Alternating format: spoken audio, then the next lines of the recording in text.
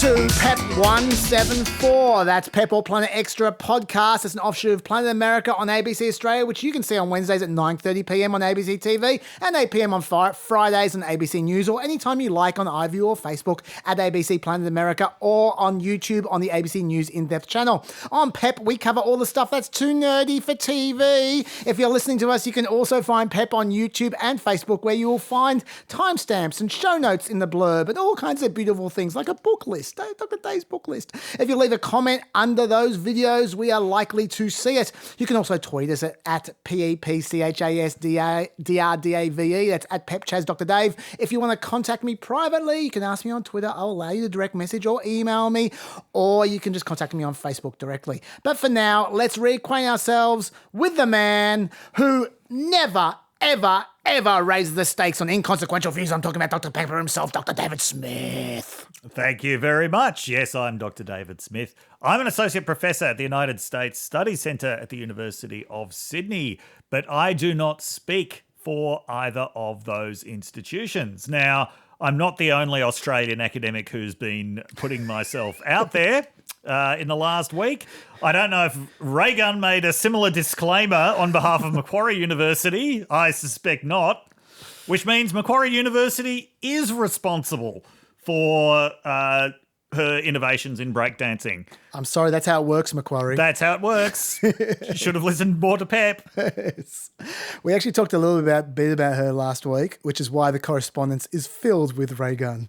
But for those of you who are paying attention at home, it is currently Friday, 16th of August. It is 2:19 p.m. I only barely began reading on Thursday. That's what I'm up to. This is actually probably going to go up on Saturday. Okay. And the reason for that is because the Bill podcast, 173, I only got up on late Wednesday night. So let's give it a bit of a chance to breathe. Totally fine. So, I mean, nothing's super topical. But Dave, you're carrying me through Thursday or Friday, okay? Okay. And we'll see. Not very much happened on either day. Well, I hope not much happened on Saturday as well, because that's when we're going out. But anyway, Dave, what are you grateful for? I found that there are now gluten-free Tim-Tams. Oh, yeah? And they're good. They're indistinguishable from normal Tim-Tams. Do you have a gluten issue? I do, yes. Okay. Well, so I was diagnosed as celiac about 2 years ago, and it's actually quite normal that this is something that comes on in your late 30s. Now, I don't want to do stolen valor with celiac here, because I'm not one of the really severe celiacs. For me, it's more of a long-term problem, and wheat can make me feel uncomfortable, but I don't have the severe reactions. Like there are people, if they have a gluten-free piece of toast that's been in a toaster that has ever had normal bread in it, it's like bang, straight to toilet jail for you. I'm not that bad, but I do make an effort to keep gluten-free. What I'm impressed about with these Tim-Tams is Australia's got very strict standards for what actually counts as gluten-free. Oh, yeah? Like it would have to be made in a facility in which nobody has ever seen wheat before. Oh. So, I am grateful for that, because I did think I would never eat another Tim-Tam again. That was a very pleasant surprise. That is a lovely surprise. Is this the first advertising we've ever done? This is not a paid ad, by the way. No, it's not. It's definitely not a paid ad. Definitely not a paid ad. Although, Tim-Tam, if you're listening. Yes. Dave does do sponsorships. Yeah. You just sort of wing a box of them my way. That's fine. I'll accept that. I'm sure we've mentioned a commercial product before. I'm sure we have. Yeah. But probably not ever in a positive context. Yeah, probably not with the love that you just showed. No. Look, it's easy for me this week. Grateful. The last year or so, this podcast has grown quite a lot. The audio version, I know people like the behind-the-scenes stats. The audio version has grown from about 11,000 listeners to about 15,000 listeners. The YouTube version, well, if those who are following would know this, has grown from about 3,000 viewers in the last year to this week. We had our first 10,000 viewer video. Wow. So there. So the YouTube subs are pretty close to 5,000. We might hit 5,000 this week. And I don't usually ask for subscriptions on this pod because it pisses me off when podcasts hassle their listeners to like and subscribe them all the time. Yeah. You know how it works. You don't need me to ask you. No. But also, I've known that until recently, our podcast has been very amateur hour when it comes to production. It has been. And I feel like guilty asking people to like and subscribe when the quality we're putting out was so ordinary. But we're not there yet. We're getting there. There are changes happening and there's going to be more. But we're on our way up. But I do take an active interest in the audio and video subscriptions because I know we're going to be taking a holiday after the election. Yep. And we'll be coming back at the beginning of next year, and we want you to know when we come back. Yes. So I am hugely grateful to the subscribers and to the non-subscribers, to the viewers and to the listeners. Me too. Thank you very, very much. Thank you. It feels like we're not talking to ourselves anymore, and that's nice. I'm also grateful for the lovely sting that was made for us. Oh, yeah, this by is great. Daniel from Danlin Music in Melbourne. I'll give you the spin.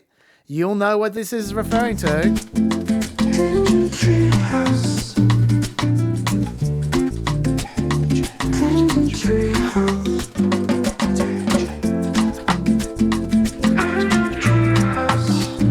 So good. So smooth. It's like a summer's evening. Love it. That's I can't wait to give that a spin. You'll note that that's a different Dan from Dan the King of Sting. He was going to make the Tangent Treehouse Sting, but then Daniel from Danlin Music got in first. Apparently every person who makes stings in Australia is called Daniel. Thanks to you both. And thanks also to a non-Daniel, Phil, you should change your name to Daniel, who also volunteered to make a Tangent Treehouse Sting, but you got beaten out by Daniel from Danlin Music. So looking forward to Dan, the King of Stings, next Stings, because he's working on a few others. And this is part of the new way. Excellent. It's pretty cool. Correspondence. All right, first of all, some transgender correspondence from Emma.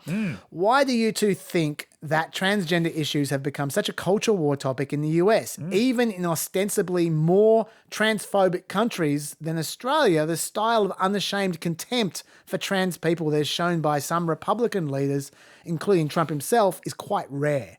I'm hoping that Dr. Dave might shine some insight on if it's particularly related to American religiosity or something else entirely. This is one of the great American paradoxes, is that it is often right on the cutting edge of social liberation movements, but it's also on the furthest cutting edge of reaction against those social movements. So you see this with queer rights in general. Something like the Stonewall Riot in 1969 in the US, that triggered global movements, including in Australia. It's not that queer liberation movements weren't happening in other places, but the overtness of it, the visibility of it, was a very American thing. And I think it's the same with trans issues. Trans people have been visible in the United States for a lot longer than they have in other places. There's been all of this reaction against trans people, but the United States has also really been at the cutting edge of trans identity in a lot of ways. Which, again, not to say that it doesn't exist in other places, but in terms of the publicity and the visibility that it gets in the US, it's way ahead. If you are under the misapprehension that trans identity was somehow invented in the last few years, which is what conservatives would like you to believe, there's a whole lot of movies that you can look at from the 70s or the 80s, or the 90s, which will disabuse you of that notion. Start with Dog Day Afternoon. So I think that this is something you often see in the US where, like, yes, you seem to have the most raw reactionary politics against this stuff, which is in some ways related to religiosity, but it is related to other things as well. It's related to this idea that a lot of Americans have that even though masculinity is this incredibly powerful thing, it's also somehow really fragile and has to be protected by the government at every step of the way. Otherwise, you're going to have boys sitting down on toilets everywhere and doing God knows what. I think I know what they'll do. Yeah.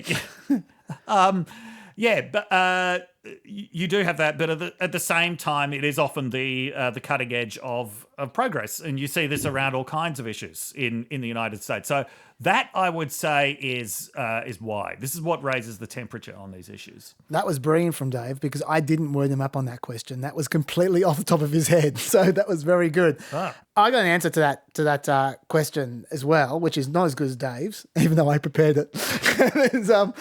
I just wanted to add two things, which is just around it, just thoughts. I don't know if this is true, but this is my speculation. Number one, I reckon religious conservatives have some unfinished business with the gays.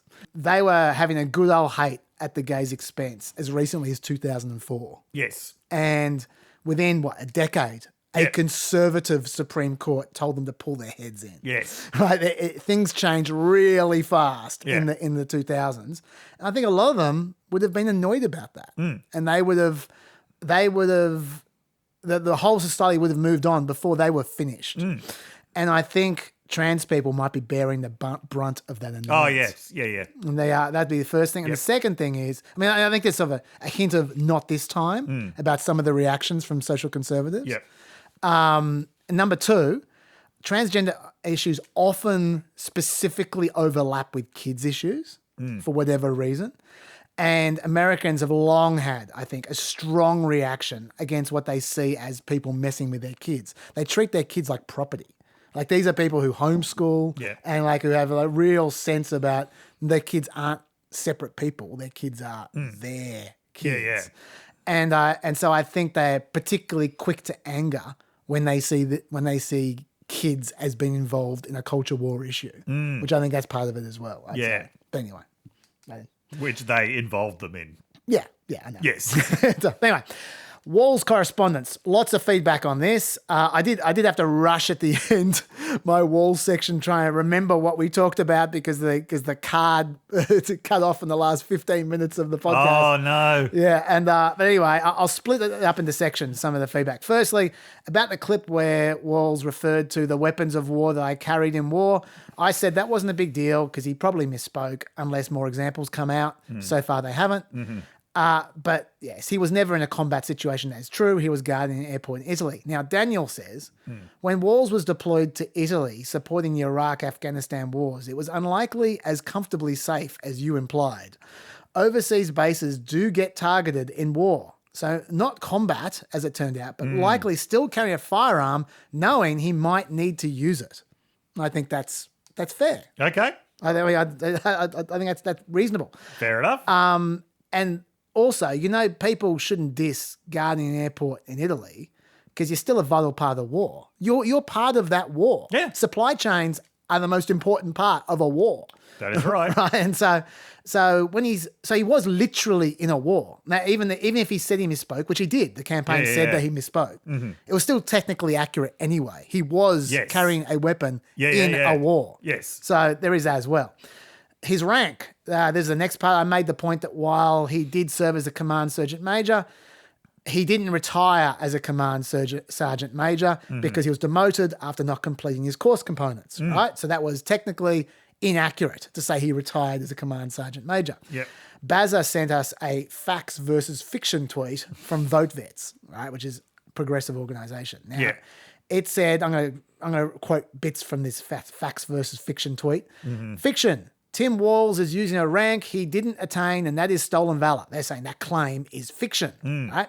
And I would say that they're using tricky wording because, yes, it's true that he did attain the rank of command sergeant major, but then he lost it. That's the issue, right? And so he shouldn't say he's a retired command sergeant major because that is inaccurate. And so your wording is correct, VoteVets, but you're using tricky wording. Oh, tricky. Having said that, it's not stolen valor to say you retired at the rank that you actually held for a year. Yeah. It might be inaccurate. It might be deceptive, but it's not stolen valor like people keep on saying. Because he had that valor. He had the rank. Yeah. So that's bullshit. I agree with VoteVets on that. And the fact section in that from VoteVets was, quote, the Minnesota National Guard says it's bullshit. It is entirely accurate to describe Tim as having been a command sergeant major. Yes, once again, tricky wording. He has been a command sergeant major, which is what they wrote, but he didn't retire as one. I think they're playing word games on purpose, those guys. So anyway, and it's really simple. This is an analogy I should have drawn if I had the time last time. Yeah. Ronnie Jackson, the Trump administration's doctor/drug dealer, Yes. was a rear admiral until he got demoted because of his partying. He got demoted to be a captain. And so Walz referring to himself as a retired command sergeant major is identical to the Candyman referring to himself as a retired rear admiral, which he has on numerous occasions on his official website, for instance, until he was busted. And then he changed it.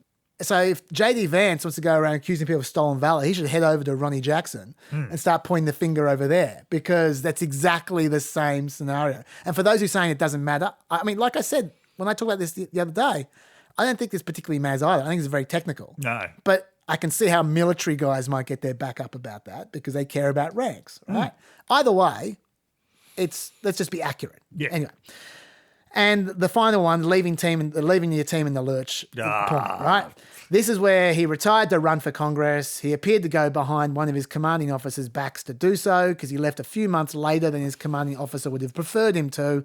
But his commanding officer completely acknowledged the fact that he had the right to go anytime he liked, but he just wanted to, he didn't like the fact that he went behind the commanding officer's back. That's what he was concerned about, right? Dave's rolling his eyes for those who are listening. Yes, I am. That's right. Now, about that... I'm surprised you can't hear it. I'm rolling them so hard. About that, vote vets say, I like to be accurate at these things, Dave. Yes. Say, facts. Tim submitted his retirement request to the US Army National Guard months prior to his notification of his unit's deployment. Well, it was months before the official notification of his unit's deployment, yes. The unofficial notification... No, that's not true. He knew. I mean, I went through the evidence. According to Walz's commanding officer, he knew. According to his friend, who is currently defending him, he knew.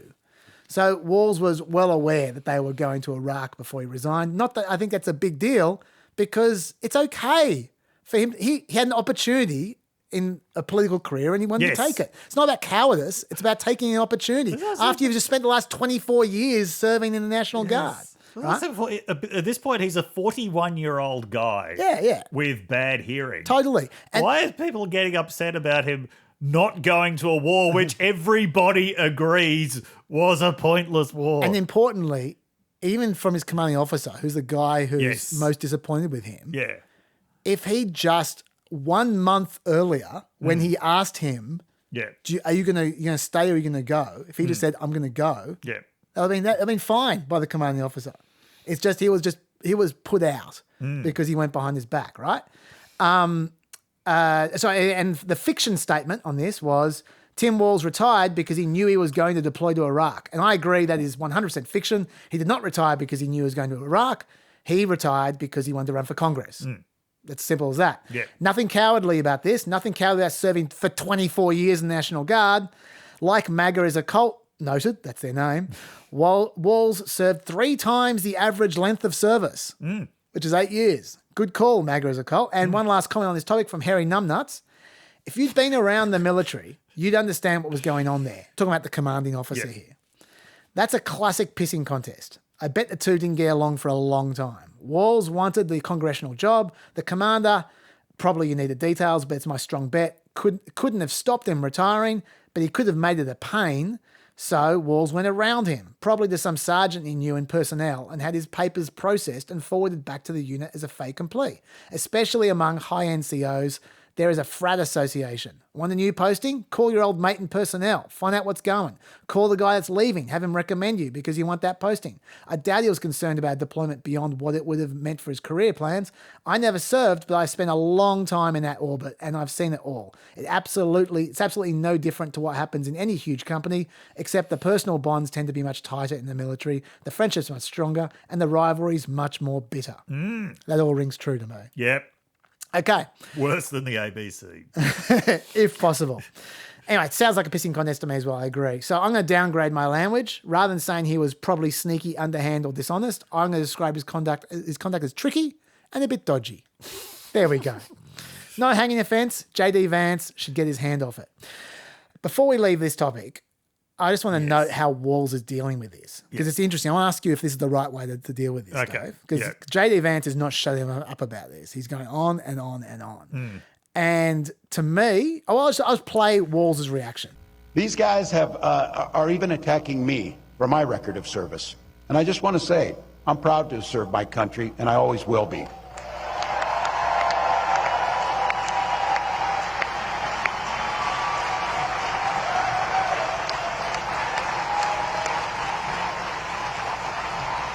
With my dad's encouragement, a guy who served in the Army during the Korean War, I signed up for the Army National Guard 2 days after my 17th birthday.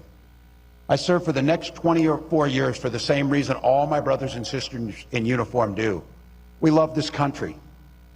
Then in 2005, I felt the call of duty again, this time of being service to my country in the halls of Congress. My students inspired me to run for that office, and I was proud to make it to Washington. I was a member of the Veterans Affairs Committee and a champion of our men and women in uniform. I'm going to say it again as clearly as I can. I am damn proud of my service to this country.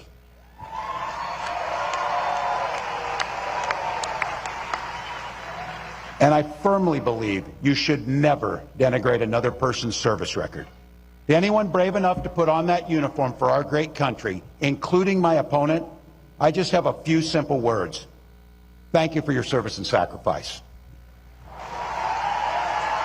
That to me feels a little bit like the way John Kerry dealt with the Swift boaters, of not responding directly to any accusations, not really defending himself, just going, I believe in the military and I'm going to rise above all this. Okay. I'm not going to sink down to your level.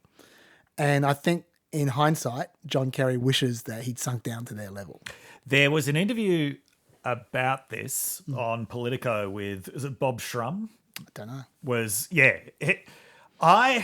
From what I remember, or from what Bob Shrum was saying, the reaction from Kerry wasn't even that pronounced. There was barely any reaction at all. One of the reasons for that was, so this happened in September. Remember, Peppers, Chaz was explaining to you about how when people took public funding for election campaigns, that meant they were time limited by the time after the convention. Because Republicans went second that year, they had 6 weeks in which to spend all their public funding. Democrats had to stretch it for 8 weeks. Yeah. According to Shrum, the campaign actually made a calculation. They said, this attack is not going to hurt. We are not going to push back against it because we need to spend our money more efficiently in order to compete with the Republicans. So I don't even remember Kerry responding like that forcefully to it. What I remember was it was kind of just ignore the issue and hope that it goes away because it's so ridiculous. Now, we've talked before about the big difference here, which is Kerry made that military service absolutely central to his whole appeal because a war was central to the entire election campaign. Here we're looking at a vice presidential candidate. So first of all, he's not the central figure in the drama. Second, war is not a factor. In fact, the war that they're talking about is one that now everybody agrees on is a bad war. He has not made it central to his campaign. So I don't even think that it's as urgent for him to respond at all as it was for Kerry. And Vance has been going on about it a lot, certainly. But there's not, just looking at the polls, there's not any evidence that this is hurting Walz or any evidence that it's helping Vance, for that matter. Yeah, for what it's worth, Walz has double-digit net approval. Yes. I think he's plus 11 from memory. He is the only person in this race with net approval, and it's actually gone up as well. So because he started out with very, very low name recognition, but as his disapproval has climbed steadily as well, but his approval has climbed further. So I don't know, maybe Vance just keeps needing to repeat this until it cuts through. On the other hand, maybe this can't cut through anymore. Maybe people hear this and think, Who cares? Yeah. Who cares? It's the Iraq War. No one's congratulating anyone for supporting the Iraq War anymore. Maybe they're just reminded of what happened to Kerry. Yeah. Maybe. And the final clip I want to play in this area, I know this is kind of content dish rather than just correspondence, but just while we're here, the final clip I want to play in this area, because I didn't squeeze it in last time, and I just think it's just, whenever Pete Buttigieg defends you on something, it's worth playing, because it's just a pleasure. All right. And so Let's hear it from Pete. This is Pete's defense. I think in many ways it's the exception that proves the rule. If the only thing that they can find about Tim Walz to complain about is to disparage his military record that was clearly honorable. Remember, you can retire at 20 years. Tim Walz served for 24. And the fact that they have to go back to find a clip from 2018 to find the one time that he slipped up when he talks about the weapons of war that he carried and said something instead about carrying a weapon in war, it's kind of an exception that proves the rule in terms of how hard you have to look to find Tim Walz saying anything that isn't precise and accurate. But there's something, I think, much bigger at play here, which is I watched that interview and watched J.D. Vance present himself as suddenly very particular about precision in speech and very concerned about honesty. He's running with Donald Trump, somebody who has set records for lying in public life. He just gave a press conference where fact checkers estimate that he told 162 distortions or lies. That, frankly, is just impressive in terms of being able to physically do that. It's like the Olympics of lying. So maybe just because it's Sunday morning, I can't stop thinking about the scripture that says, how can you look at your brother and say, let me take the speck out of your eye when you have a plank in your own eye? He's pretty good. He's very good. Yeah. Okay. Here it comes. Raygun correspondence. Raygun. So much Raygun correspondence. I'm afraid I'm going to have to skip most of it because there was a lot of Raygun correspondence. Oh, man. Especially a lot for a US politics podcast. Firstly, the Peppers didn't have much time for Bill's suggestions that the breakdancing comp was cultural appropriation. They did not like that at all. Base Libertors said, it's not cultural appropriation. There have been white B-boys since the beginning. Yes, you can appropriate breaking, but your race has nothing to do with it. Most people were much less polite. They didn't like the cultural appropriation thing. Okay. A lot of talk about the politics behind getting breaking into the Olympics. Right. I don't want to get bogged down in this. Yeah. But Enyo said that part of the appropriation issue is that an organisation called the World Dance Sport Federation that had no prior affiliation with breaking whatsoever put it forward. They'd failed to get ballroom dancing into the Olympics, so they went with breaking to remain relevant. Breaking had no international body to oppose them. Multiple breaking practitioners, academics, etc. spoke out against it. However, the IOC didn't care because they knew breaking was popular Gen Z, so they gave it to the World Dance Federation. World Dance Sport Federation. Enyo then blames WDF for tensions in the breaking community and generally poor promotion for the sign-ups and tryouts. And he cited an article about this that I've put in the homework. If you're interested, look in the blurb. You can read all about the politics of breaking. Many more messages about Raygun herself, though. Thomas thinks she's been maligned. He says Raygun's actually really good at breakdancing. You really need to see some of her past performances, including her dance-off to qualify for the Olympics in Oceania. I agree her uniform was fine for the opening ceremony or medal ceremony, but very unfortunate for her performance. I compared her uniform to Ricky Ponting in the 1998 One Day International. He said, especially noting the other contestants went with streetwear. Her cap really didn't help. No, it didn't. Yeah. Also, it's a real shame how much she's been mocked all over the world. I feel for her mental health, he said. Scandia expressed a similar concern. The whole Raygun has a dark side. We're all memeing on it and having a laugh, which is what you expect. But they note that Raygun is now receiving a shit ton of hate on socials, and as always, people cross the line. Why can't you find it funny, Scandia asks, without going onto their socials account and being cruel? Yeah. I really hate that mindset, Scandia says. Totally agree. So do we. You know what that is? Raising the stakes on inconsequential views. That's what that is. Not you, Scandia. Those people who decide to turn it into a national case. The fact that Raygun might not be the best breakdancer, even though Thomas likes her work. Anyway, we don't do that on PEP. No. Matthew has also expressed a concern that I am full of shit. He didn't say that. He was very, very polite, actually. Okay. Thanks for being nice, Matthew. I could tell that you were controlling yourself. Yeah. But Raygun was the third lowest ranked B girl at the Olympics, Matthew says, ranked above the wild cards, Netherlands and Afghanistan. If you actually watch the competition from the start, Raygun is better than the two B girls she ranked higher than. But people just took the bad parts of her freestyle and stitched them together to make it look like her whole set was ridiculous. Fair enough. Look, I did watch the broadcast live when it was on, as I said, but I know what Matthews is referring to. On social media, there were a lot of 4-second clips. That is absolutely true. Matthew also noted that I completely misunderstood the scoring system.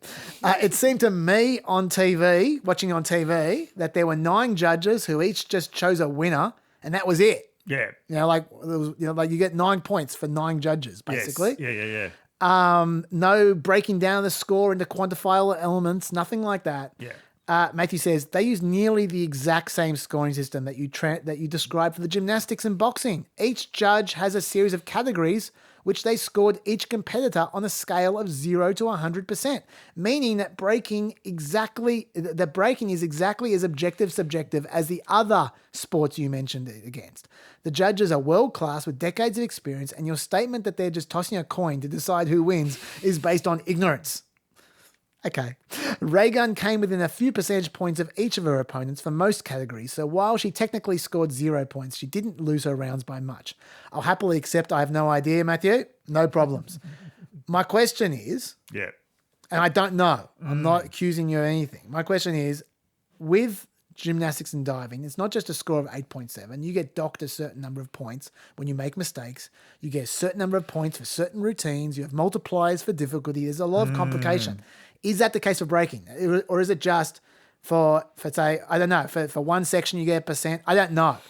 That is what I'm talking about. And if there is elaboration there, I think they should express it, because that's what makes it work for me. Anyway, and inconsequentialorium, I think I might be a bespoke account, one.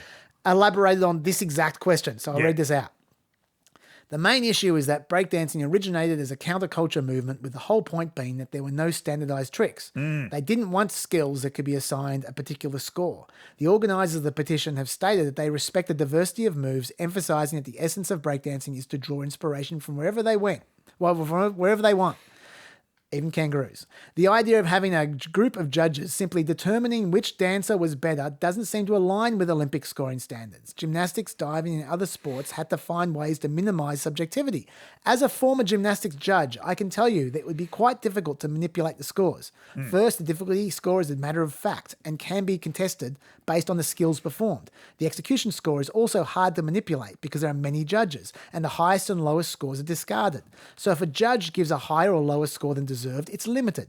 Otherwise, the score is ignored. Execution judges look for errors in the skills, which can be categorized as small, medium, or large deductions. And inconsequentialorium went on. So that got very, very academic. There's a bit of contradiction there between inconsequentialorium and Matthew. I don't know who's right. I'm just putting it all out there for you guys. You can make your own conclusions, draw your own conclusions, but this is getting too academic for me. So this is involving kangaroo hops. Let's get back to US politics. You got anything to say? With these sports that involve this kind of judging, I will say, when you see someone do it incredibly well, it is kind of unfair to everyone else, because you forget how much skill everybody else is using. But just when you see this incredibly superior performance, everyone else looks like crap. Like, I saw the synchronized diving, the men's synchronized diving, won by this Chinese team who, I swear, when they jumped off the board, you could only see one body. Like, that is how in sync they were. Now, everybody else, obviously an incredible athlete, but they looked like they were doing bombs into someone's above ground pool on Australia Day. Like, it's just in comparison. And I feel that Raygun may have suffered a little bit from the fact that generally when you see breakdancing, you're seeing it being performed at the absolute highest level, unless you're familiar with it. When you're getting into the technicalities of the judging, I was thinking, breakdancers coming up with elaborate scoring, like Olympic scoring systems. I can see why people would have been really uncomfortable with that. However, I do know there have always been hierarchies in breaking, and they've always talked shit about each other. Because I remember reading an interview with Crazy Legs, who was one of the founding members of the Rocksteady crew. Yeah. And I remember him putting shit on everyone who's doing breaking now. This would have been sometime in the 2000s. Like, those moves they're doing now. If you did that on my corner back in the 70s, we would have called that target practice. So, yeah, I think it shouldn't be judged by Olympic-style judging. It should just be judged by colossal amounts of shit-talking. Although, unfortunately, that is exactly what has happened in this case. But the shit-talking needs to be done by the professionals. Yeah, in the right spirit. In the right spirit, And while we're talking about not judging, I'm not going to judge you reading interviews involving the Rocksteady crew. It's good stuff. What can I say? I'm an omnivorous reader.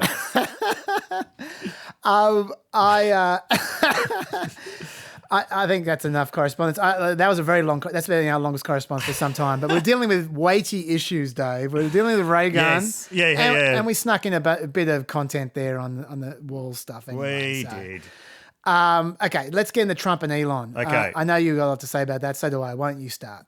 Let's start with the fact that from Elon Musk's perspective, this is part of him relaunching Twitter as X. Yes. So this was Donald Trump's triumphant return to X. Yep. This was how it's promoted. Yep. Yes, Elon Musk is certainly a supporter of Trump. You could tell that from the interview. But for him also, this is a very important marketing exercise. Absolutely. Especially given the last time he did this with Spaces, it was like the biggest joke of the year, which was Ron DeSantis. Yes. Yeah. So my very first observation, which I'm not the first person to make this, is Trump is just completely sinking his own social media company at this point. That the DJT stock dropped by 15% after that interview. It's down to $24. Yes, because if Trump is actually getting back on X, then the value of his own bespoke social media account, where the only reason to be on it is to get Donald Trump's truths. Yep. The value of that declines even further. At this point, if you're on Truth Social, it's just as a way of showing your support for Trump, which is fine. I mean, there'll be millions of people who are prepared to do that.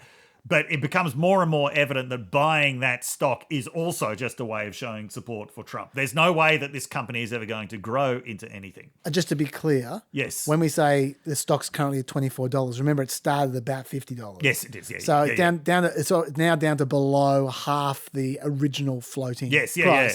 And it's still worth $5 billion.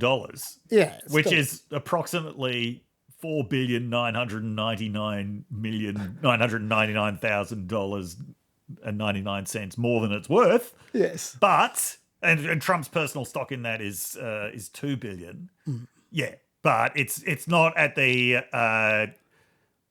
GameStop heights that it once was. And importantly, Trump's still got another month before he can take his shares. He does. Out. So he'll be watching that price. He does. Anyway, go on. Yes. So that's the first thing to to note about this, which was very interesting. Second, I think Trump has now found his ideal interviewer. Because the problem with other previous interviewers is even friendly interviewers, even people like Laura Ingraham. Yeah. They still insist on saying things regularly during the interview. And when someone else is talking, that's time that Mr. Trump is not talking. Elon Musk, the ratio of question to answer must have been the most lopsided I've ever. Like it was, an average Sydney Writers' Festival panel is going to have more aggressive and more constant questioning than what you got from Musk. So, I can see why Trump clearly enjoyed doing this. Yes. I can see why he was incredibly comfortable. To call these questions fawning would be an insult to fawns everywhere. There are some disgusted deer This out there. was a tongue bath. Yeah. Yeah. I mean, there's no other way of describing it. Do you think that anyone got? Or do you think the listener could get anything out of it whatsoever, or do you think? Depends on what they were looking for. Yeah. If they wanted to watch, Elon Musk giving Trump a tongue bath like a mother cat washing a kitten, then yes. Yes, sure. Well, okay, let's put it this way. Let me fine-tune that question then. Yeah. Even though I really should move on. I was giving you, that's a lovely analogy you drew. But let me refine the question to put it this way. Going into it, Elon Musk said, I don't like these adversarial interviews. No. We're all about the interviewer, and they're all about putting them on the spot. You don't learn anything about the person in those circumstances. Yeah. In my interviews, I want them to be comfortable so we learn who they actually are. Has he done these interviews with anyone else? I don't know. Apart from Ron DeSantis. Yeah. Well, he tried to do it with Ron DeSantis. I don't think anyone heard it. I don't know. But let's just say that this is the Elon Musk school of interviewing. Do you think people would have learnt more about Donald Trump in that context? No. I mean, what more is there to learn about Donald Trump at this point?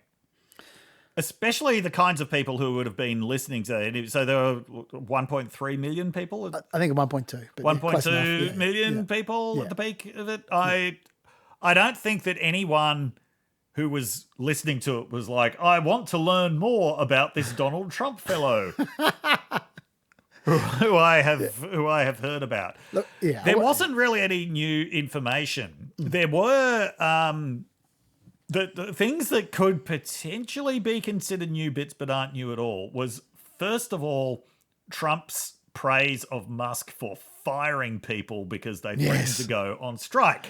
Now, that's not new at all because this is a man whose brand is you're fired. Like, firing people is the ultimate show of strength for Trump. But it was new in the context of Republicans spending years trying to rebrand themselves as a pro-worker party. Let's listen to it. I mean, I look at what you do. You walk in and you just say, you want to quit? They go on strike. I won't mention the name of the company, but they go on strike and you say, that's okay, you're all gone. You're all gone. So every one of you is gone and you are the greatest. You would be very good. I thought that was new. I'd never heard Trump or Elon Musk laughing about sacking people before. Yes. Struck. I mean, and to give credit to Elon Musk, well, kind of. That's what he's talking about. Yes. Like he's not trying to trip him up, sure, obviously, No. but that's the kind of comfortable environment. Yes. That he was saying you learn more about the person from. And I did learn that. Yeah. Well, just how like sociopathic Trump is about sacking I mean, people. I'd say this is something we relearned. Like this reminds you of The Apprentice. But so that was there was just so much shit in that interview that it was mostly just ignored. But the UAW did immediately seize on that because Trump's like, oh, I'm in the company. But usually when you are talking about people threatening to strike and being sacked as a result, you immediately think of Tesla because Tesla is a notably non-unionized company, which the UAW has been trying to unionize. And so the UAW said, this is intimidation. This is the two of you broadcasting that if workers want to unionize, you're going to sack them. Now, since then, so I think it was J.D. Vance who first went on the counteroffensive saying, oh, no, he wasn't talking about Tesla. He was talking about Twitter. He was talking about firing people from Twitter. Sure. And then Trump has also said that. But Trump even went so far as to say that, oh, yeah, Twitter they weren't organizing against Musk. It was just California made it so difficult to keep them with all the paperwork and the tax that he just had to fire them, which is a fairly confused defense of what he said. Look, to be fair though, like if we're accusing Musk of trying to intimidate his workers there, all he did was laugh. Donald Trump was doing the talking. He was. So I think it's a little bit unfair to ping Elon Musk as if he set this up to intimidate his workers when all he did was just go, ooh. Yeah. But this is, okay, once again, this isn't really new information about Trump, but it does make life more difficult for J.D. Vance Yeah. Because Vance has been trying to brand himself as true. Mr. Pro-Worker, even under some circumstances, Mr. Pro-Union. Supporting the UAW. And here's Trump encouraging Elon Musk to have a go and laugh about firing possibly auto workers. So Trump's just tendency to sabotage anyone who attempts to be his ally is one of his most amazing political feats. Yeah. Yes. That's fair enough. Look, I obviously I didn't get a huge amount out of it myself. I didn't get the whole way through. I got to admit, I got about halfway through. Yeah. And, No, I didn't get the whole way through. It was tough sledding, I have to say. I do wonder, what was the strategic thinking behind this? Given apparently I think this was Trump's call to do this interview. Well, I was wondering the same thing. What's Trump getting out of this? Took his campaign by surprise. Like Elon Musk, it's clear what he's getting out of it. Yes. Right? He, as you said, promotional opportunities for X. Yeah. Also, he got a job in the Trump administration. Yeah. Potential job in the he's also promoting a candidate that he supports. Trump, I don't know what he's getting out of He's it. speaking to a small audience by his standards. I mean, he did at the end say, "Oh, there's 60 million people listening." No, there was 1.2. But what really mystifies me is, so everyone's talking about your campaign is sagging. You know, you're not out there on the road in front of the audiences. That's what your opponents are doing. This is Maggie Haberman and Jonathan Swan have just published a piece saying this is Trump's worst 3 weeks since late 2022. Yeah. And you know that Donald Trump pays attention to headlines in the New York Times, especially if they involve either of those people. Yep. So what do you decide to do? Let's do what Ron DeSantis did. Yes. Let's do what my vanquished primary opponent, who I completely belittled at the time for doing this, let's do what he did. Yeah. And could anyone have been surprised when they ran into exactly the same technical issues? Exactly the same technical issues. Although, according to Elon Musk, quote, there appears to be a massive DDoS attack. Of course. It's just a DDoS attack. That's all. Now, and he also pointed out later that as this massive attack illustrates, there's a lot of opposition to people just hearing what President Trump has to say. So, he's just fine for freedom of speech. Yes, admittedly, the rest of X appeared to be working perfectly normally during this DDoS attack, which seems unusual. Yes, an X source did tell The Verge that there wasn't a DDoS attack. Yes, another X staffer also said that there was a 99% chance Musk was lying, quote, about an attack. And yes, they did have the exact same kind of tech difficulties when Ron DeSantis had his big spaces launched last year. Those DDoS guys are very canny. Yeah. But it was. I don't think you should shit all over the. It's not their fault. It's a DDoS attack. I will add though, you haven't even mentioned the other part of the technical. That's the least of their problems. Taking 45 minutes to get on air. That's annoying. Yeah. But that's a concert that you're excited about. That's you too. That's we just got to tweak an amp or something. That's what that is. The problem is that the other 2 hours after the 45 minutes, Trump sounded like Sylvester, like the cartoon character, suffering succotash. He clearly. People are going to say, oh, he had a lisp, but look. As someone who has experimented with every single thing you can do wrong with audio on this podcast for the last 3 years, I can tell you that has compression written all over it. Yeah. I have heard this. Yeah. I have heard this before from me. Yes. On this podcast. And it's a software issue. I'm telling you, that's not his lisp. I'm not saying he has no lisp, but what you heard, where his voice was a little bit high, and it sounded a little bit sped up, and there was this weird lispy sound in the background. That's not him. It's just that X Spaces has a worse tech setup than PEP. That is sad but true. I never thought I'd see the day. But anyway, but I actually did. I'll say a couple of things about the content. First of all, I mean, I can see how Trump fans will like it. I mean, look, you just need to hear them. They went crazy. Greg Gutfeld. Oh, my God. I'm going to read you a quote from Greg Gutfeld. This interview is good. He tweeted this. Just think about this. He tweeted this out. This interview is good. But the bigger story is that two of the most important world figures agree on the world. What's that tell you? The most consequential technical genius perhaps ever. And the most Especially with live streaming. That's right. It's ironic, isn't it? Yeah. And the most consequential political figure are talking about stuff on equal footing. Trump knows everything Musk is talking about concerning energy, artificial intelligence, and economic development. No politician could energetically engage on future problems like this. Most would need a staff of 10, doing packets of research for each topic, and still, the politician will have no idea what to think. How can you live with yourself, Dave, while being that nakedly sycophantic? I would need so much alcohol to be Greg Gutfeld. I would need all the rum in Jamaica to be Greg Gutfeld. Yeah.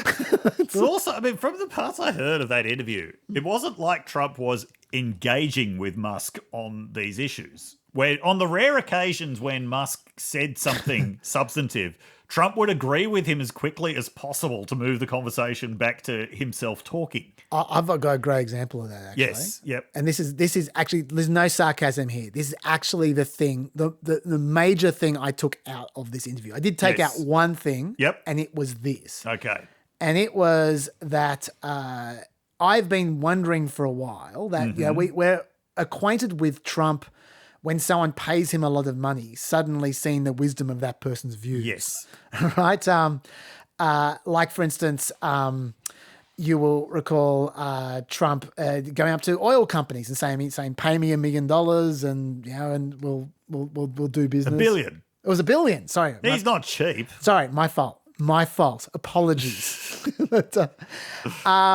But yeah, and there's also Jeff Yass. He goes up to Jeff Yass, and all of a sudden Jeff Yass gives him lots of money, and suddenly he's into TikTok. Bud Light gives him a bunch of money. Suddenly he's against the culture war on Bud Light. Like this has happened a lot with Trump, right? And I thought to myself, Elon Musk has thrown some money at this guy.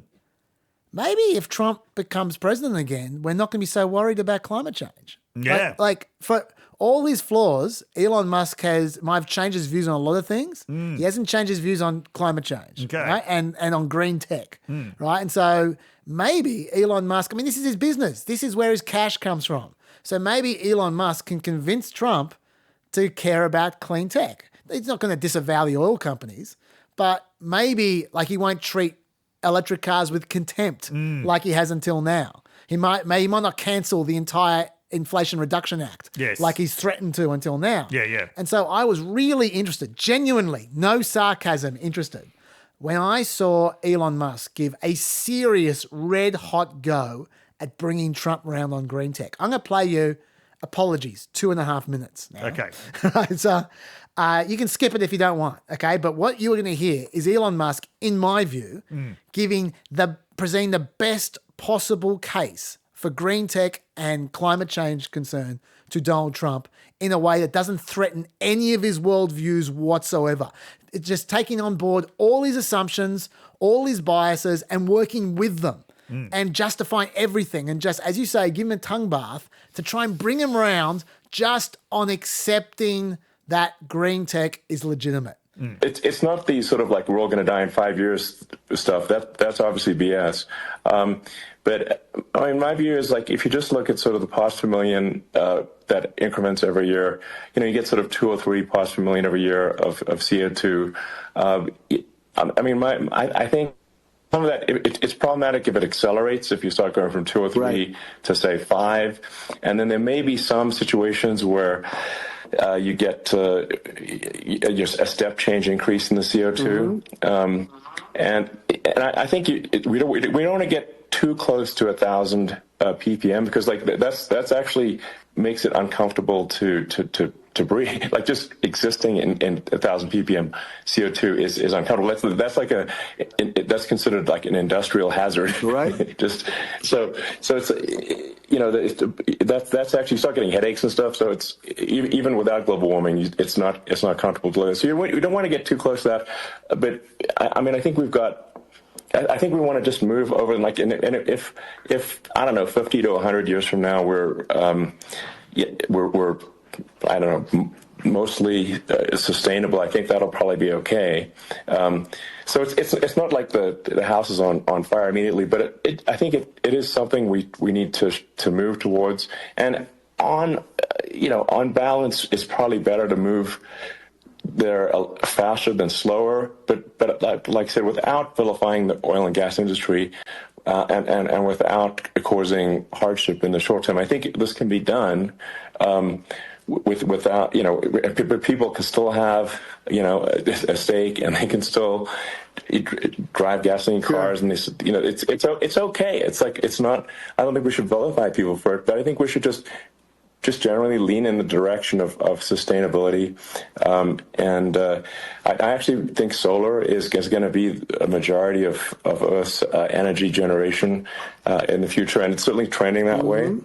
And so you get the solar power, combine that with batteries, so because obviously the sun doesn't shine at night, and then you use that to charge the electric cars, and you have a long-term sustainable solution. And that's what Tesla is trying to move things towards, and I think we've made a lot of progress in that regard. But when you look at our cars, we don't believe that environmentalism, that caring about the environment should mean that you have to suffer. So we make sure that our cars are beautiful, that they drive well, that they're fast, they're sexy. I mean, they're cool. Okay. He could not have tailored that pitch more to Donald Trump's preferences and prejudices, okay? Yep. You have listened to that and you're going, well, that's bullshit, that's bullshit, that's bullshit. That's fine. He was trying to come over to the other side, right, to be persuasive. I give him full credit for every single decision he made there, trying to reach over as hard as he possibly could. He would have broken so many ligaments and bones and muscles stretching like the Incredibles over to Donald Trump to bring him over on the side of the green tech. And this is how Donald Trump responded. It's very interesting. You use the word global warming, and today they use the word climate change because, you have some places that go up and stuff. So they were getting themselves in a little trouble with the word global warming because not every place is warming. Some places are going the opposite direction. But, I'm sort of waiting for you to come up with solar panels on the roofs of your cars and on the trunks of the cars. And it just seems like something that at some point you will come up with. I'm sure you'll be the first.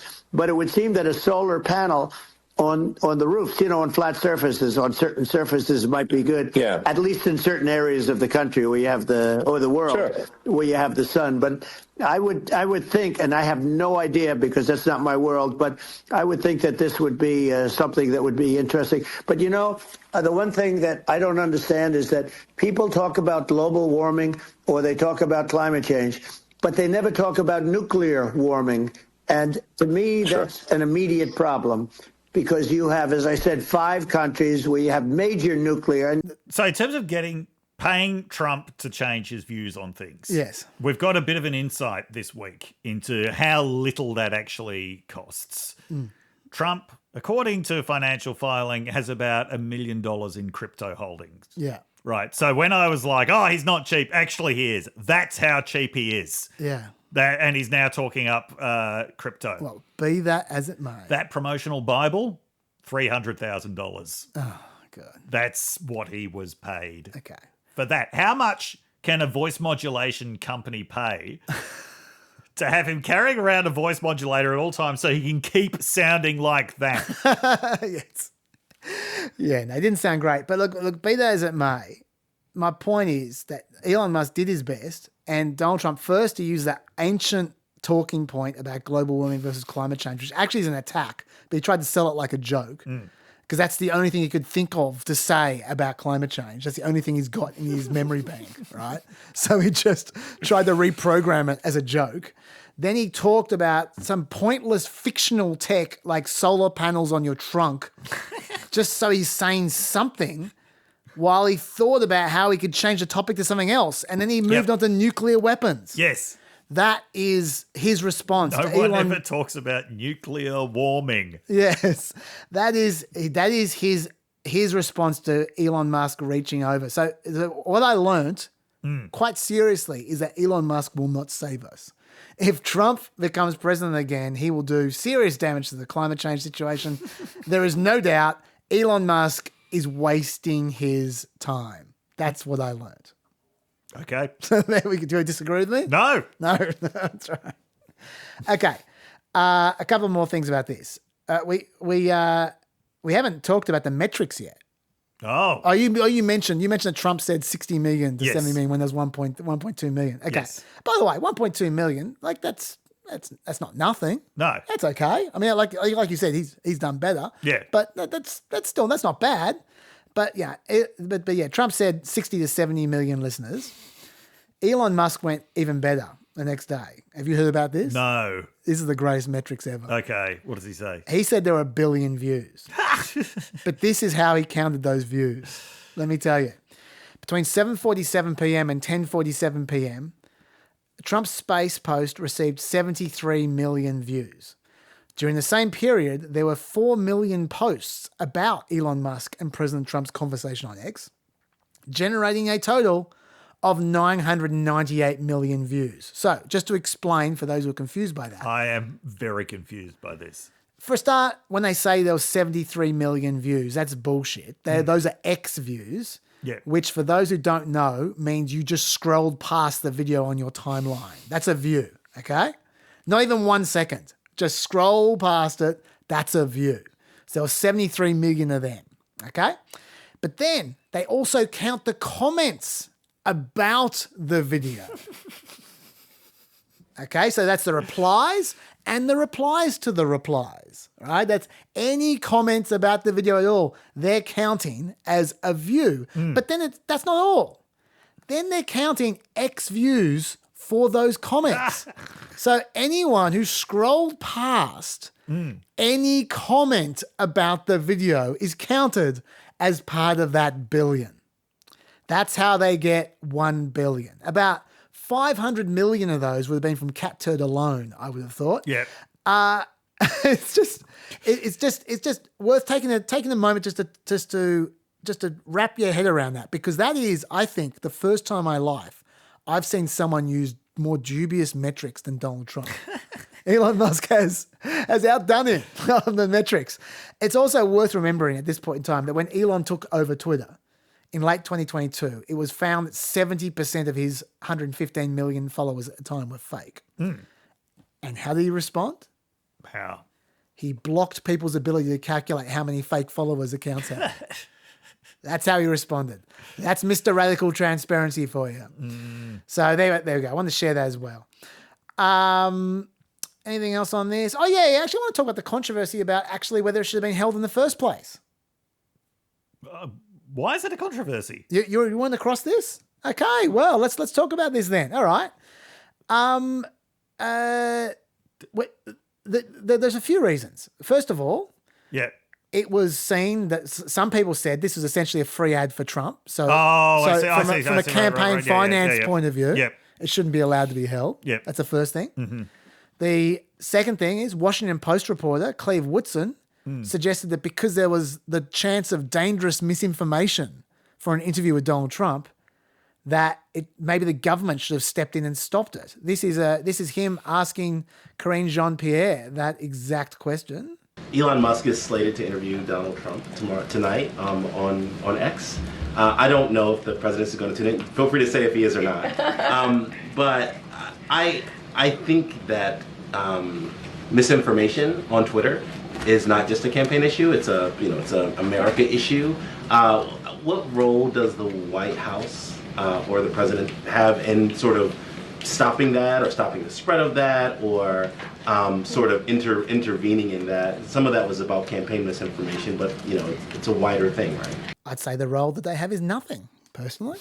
That's what I would say. Do you have any thoughts on that? The Twitter misinformation boat sailed so long ago.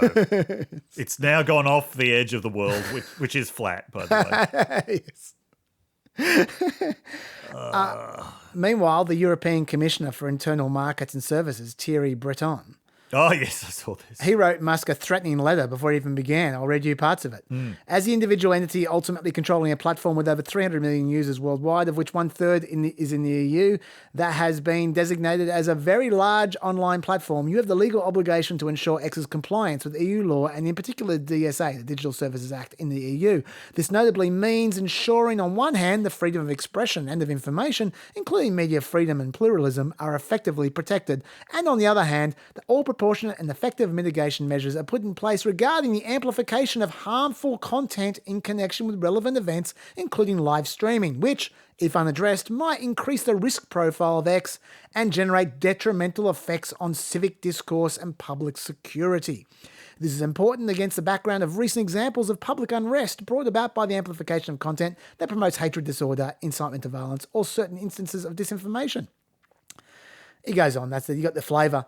To be clear, the EU seems to think that was a massive overreaction. Yeah. Like the EU, the European Commission denied that Breton had the approval from its president to send that letter. Quote, the timing and the wording of the letter were neither coordinated or agreed with the president nor with the commissioners, it said. Yeah. An EU official who asked not to be named said, Thierry has his own mind and way of working and thinking. And Musk responded to it with a Tropic Thunder meme. As he is wont to do. So what are your thoughts? Do you think there's anything to these concerns at all? I cannot bring myself to care. is the answer. I mean, I think there's more merit to the what is it a campaign contribution essentially. I think if we start going there, As Fox News interviews are yeah. That's the thing. Like, there's all sorts of stuff that I would just never ever want to see, and I wish didn't exist. But yeah, is any friendly interview going to be? There's a whole cottage industry of interviews that are designed for whatever reason to humanize politicians. Of course, yeah. Is that a campaign contribution? There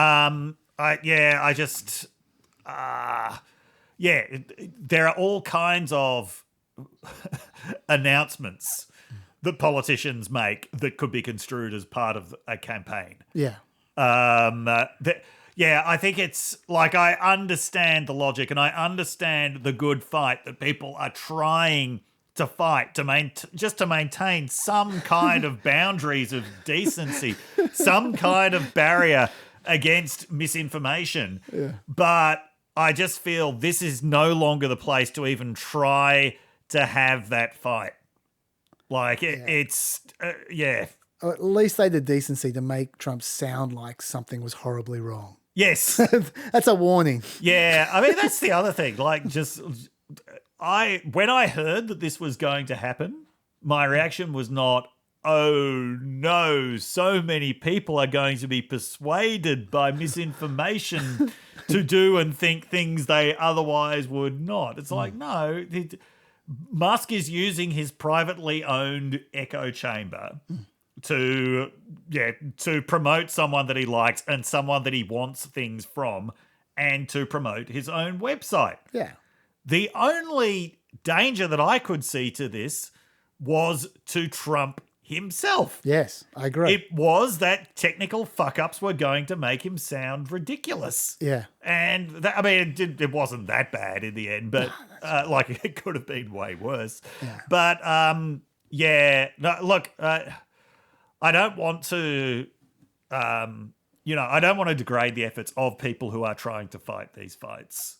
But I just think that there's got to be a completely new way that these fights are done. I want to actually go broader on this question to answer it. Yeah. Which is, let's leave aside freedom of speech concerns. Obviously, I care about freedom of speech. Yeah. So, but let's leave that aside. Let's just play in the world of misinformation and like all that kind of stuff. All right. Yes. Why was that interview or conversation, whatever you call it, any worse than a usual Trump presser? Yes. Think about that presser last Friday. Yep. Like that complete shit show. Yes. Right?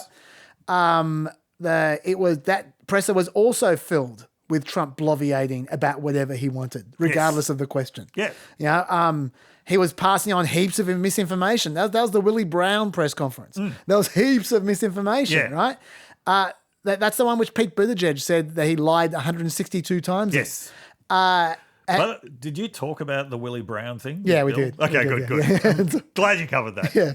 I mean, did the real journos do any better than Elon Musk did in terms of the results they drew out of Donald Trump? I would suggest not. It even had tech issues bedeviling it. The same, that press conference as well. And in fact... This is what happens when you try to hold a press conference in someone's house. But even when you don't, like the black journalist one, the NABJ. Yeah. The same thing. Tech issues as well. Bloviating as well. Misinformation as well. That was the Kamala Harris isn't really black one. Like, this is what you get. Yeah. Like, it sounds to me, when people complain about Elon Musk interviewing Trump rather than the real journalists, it sounds to me like gatekeepers complaining about someone else being in charge of the gate rather than the actual decision about who's let through the gate, because everyone is letting through the big guy with orange hair with no pants on. Everyone's letting him through. It doesn't matter if you're a journalist or if you're Elon Musk, you're getting the same result. It did actually remind me a bit of like an MTV interview. Yeah. Where you can tell, like, no big name musician would want to go on MTV unless it had been very clearly agreed in advance that the questions could only be completely sycophantic. Yeah, sure. And like that anything else that they, that they said could be edited out. There are some very noble exceptions to this in the entire history. Not that I've seen the entire history of MTV, but in terms of what I'm aware of, look up when Billy Corgan made the disastrous choice to interview Nick Cave at, I think it would have been Lollapalooza at some point in the 90s. Yeah. Nick Cave was in a very bad mood that day, as I think he probably was most days in the 90s. And Billy Corgan is not a very smart man. The result was this hilarious train wreck that began with Billy Corgan asking Nick Cave if he felt that it was difficult for British bands to break through in the United States. Nick Cave. The Australian. Nick Cave turns into geography teacher. Started like the bad seats were a big bad. He starts rattling off the nationalities of everybody. It's like, we've got Australians, we've got Germans, we've got New Zealanders, we've got It seems that a lot of European bands, especially English bands, have trouble breaking in America, and I think this is a good idea for you. But why do you think this approach will work a little differently than past approaches? We're not English. I apologize. Australian, I'm sorry. But you are identified with England. You did move to England, yes? We have Australians, Germans, English people. We have an American person. To all us Americans, it's, it all looks like one country. Yeah, well, it's not. It's not. I know. I'm sorry. I'm just kidding. We're from everywhere. And we roam around and try and do the best we possibly can. But see, I'm like your typical American teenager, and I'm saying that's the general understanding, and that's why it has bands how old from are you? 27. You're not a teenager. I know I'm not a teenager. No, I'm saying the mentality. Yeah, the mentality of a teenager. Absolutely. Billy Corgan's like, oh no, why did I ask a geography question? Yeah. Sorry, that was a tangent. Oh, was it? Yeah. Sorry. Well, you know what? You know what we got to do.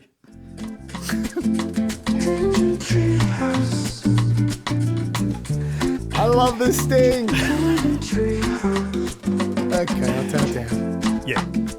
Anyway, so Donald Trump was an easier interviewee than Nick Cave was, but other than that, it was exactly like an MTV interview, except without the kind of time constraints that are on MTV interviews.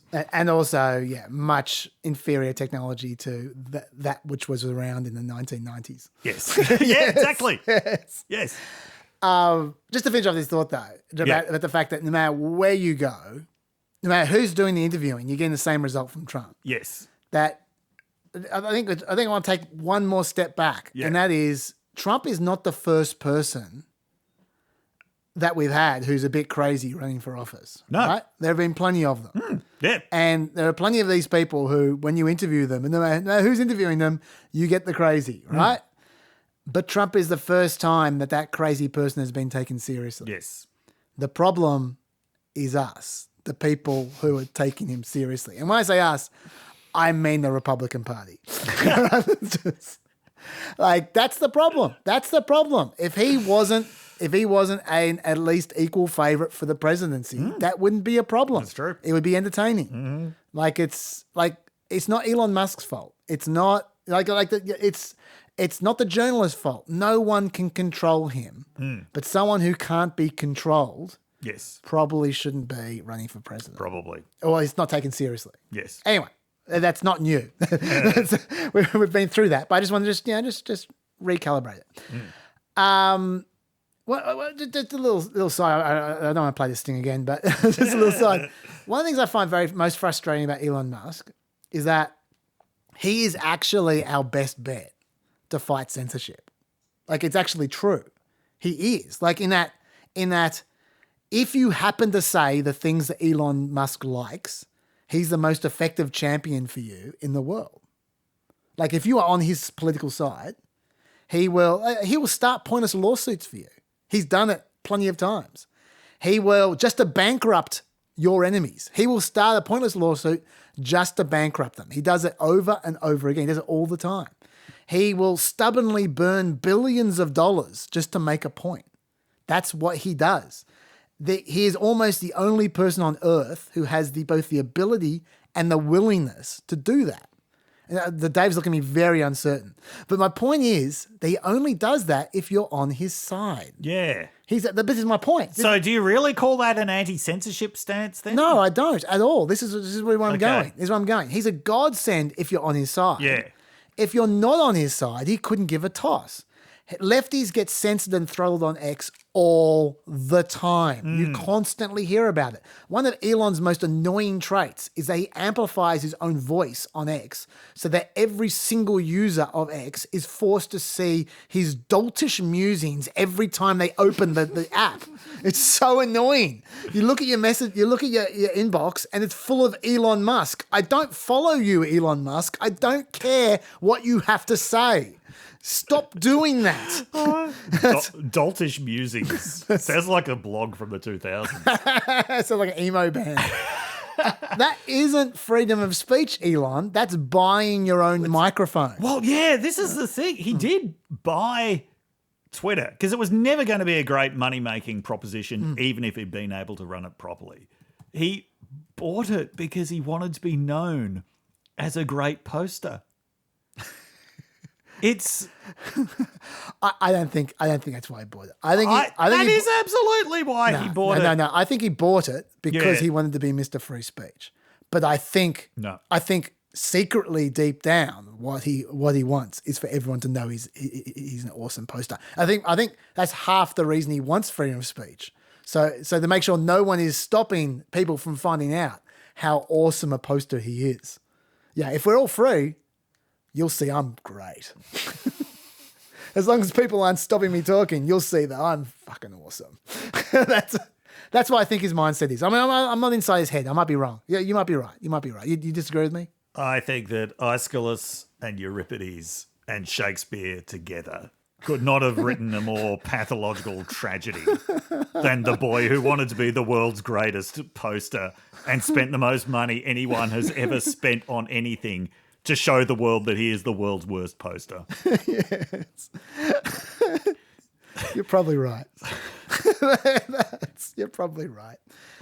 But to finish off my thought, that the thing which I'm so annoyed about is the message that he chooses to amplify is infuriating. Like lately, for instance, he's been trying to encourage the violent right in the UK, which is driving me crazy. Because, of course, I see it all the time, every time I open X, because he bloody pushes his messages into my timeline and into my mentions. There are genuine riots going on in the UK, and he's tweeting obliviously about civil war being inevitable. That's not helping, right? And the thing is, the UK cops are genuinely into arresting people for retweets. Yes. If you care about free speech, there's a lot of things to be concerned about over in the UK. There really are. Yeah, like the Director of Public Prosecutions is putting this kind of message out at the moment. The offence of incitement to racial hatred involves publishing or distributing material which is insulting or abusive, which is intended to or likely to start racial hatred.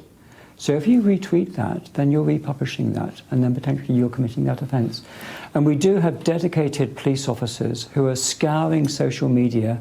Their job is to look for this material and then follow up with identification arrests and so forth. So it's a really, really serious. People might think they're not doing anything harmful. They are, and the consequences will be visited upon them. There are serious freedom of speech concerns there. There really are. And then I'm not going to play this next grab. The tweet police. Yeah, and then the tweet police, they come for me in my posts. And I've got another grab here from the UK Police Commissioner. Oh, hey, I'm going to play it as well. What the hell? Let's find out all about what's going on in the UK. So this is basically saying that they literally are talking about trying to get people from overseas tweeting and retweeting as well. We will throw the full force of the law at people. And whether you're in this country committing crimes on the streets or committing crimes from further afield online, we will come after you. Talk to me about that, because we have seen some high-profile figures whipping up the hatred. You talked about it in there with the officers, in fact, about this being added to by online commentary. I mean, I'm even thinking of the likes of Elon Musk getting involved. What are you considering when it comes to dealing with people who are whipping up this kind of behaviour from behind a keyboard and maybe in a different country? Being a keyboard warrior does not make you safe from the law. You can be guilty of offences of incitement, of stirring up racial hatred. There are numerous terrorist offences regarding the sort of publishing of material. All of those offences are in play if people are provoking hatred and violence on the streets, and we will come after those individuals just as we will physically confront on the streets the thugs and the obs who are causing the problems for communities. UK didn't pioneer that. Yeah. Do you know the first transnational suit launch that involved someone posting about someone else? There's got to be Australia. Yeah. Of course it is. Yeah, Joe Gutnick. Ah, yes. The former, I assume, owner of the Melbourne Demons. Yeah. He was the Diamond first. Joe. First one to go after someone. Yeah. That's yet another thing that we can be proud of as Australians. Yes, it makes you swell with pride. But my point is, in this environment, I mean, look, I know these are complicated issues. I don't want to oversimplify them, right? Yep. There's another side to this story other than Mr. Left-wing libertarian. Yeah. But in this environment, it would be nice to have an international free speech champion. That would be a nice thing to have in this environment, right? But what we got is a guy who wants to just tell race rioters that open borders is madness. Yes. That's what we've got. He's almost taunting us because he's so close to being part of the solution, but he's so not part of the solution. Yes, yeah. It's like one of those situations where the gods punish you by giving you what you ask for. Yes. And then there's a little twist at the end, you know? Yeah. It's and that's what I find so frustrating about Elon Musk. That is very frustrating. It is. Okay. I'll cheer you up. Yes. With a tangent about Joe Gutnick. Really? Yes. Now, I remember reading this in a magazine. It would have been a paper magazine at some point in Australia in the 90s. So, in other words, it almost certainly doesn't exist anymore. You won't be able to find this anecdote online. You can only hear it from my memory. Okay, so I love this thing. It's so good. When Joe Gutnick owned the Demons, they would often play on Saturday, obviously. The problem being, Joe Gutnick is a very observant Orthodox Jew, which meant that he had to observe very strict rules about what he could and could not do on the Sabbath. He could not turn the TV on. Apparently, at least according to his view, he couldn't ask anyone the scores of the game. That would count as work, and you can't work on the Sabbath. So apparently what he would do was wander around his house hoping that one of his security guards who was listening to the game would tell him the score. Apparently his security guards, just out of spite, wouldn't. Oh, wow. They hated him. Although no, they didn't hate him, but they just thought it was really funny to see him in obvious agony. See, there was something that they could obviously give him, but he could not ask for it because that would be contradicting God.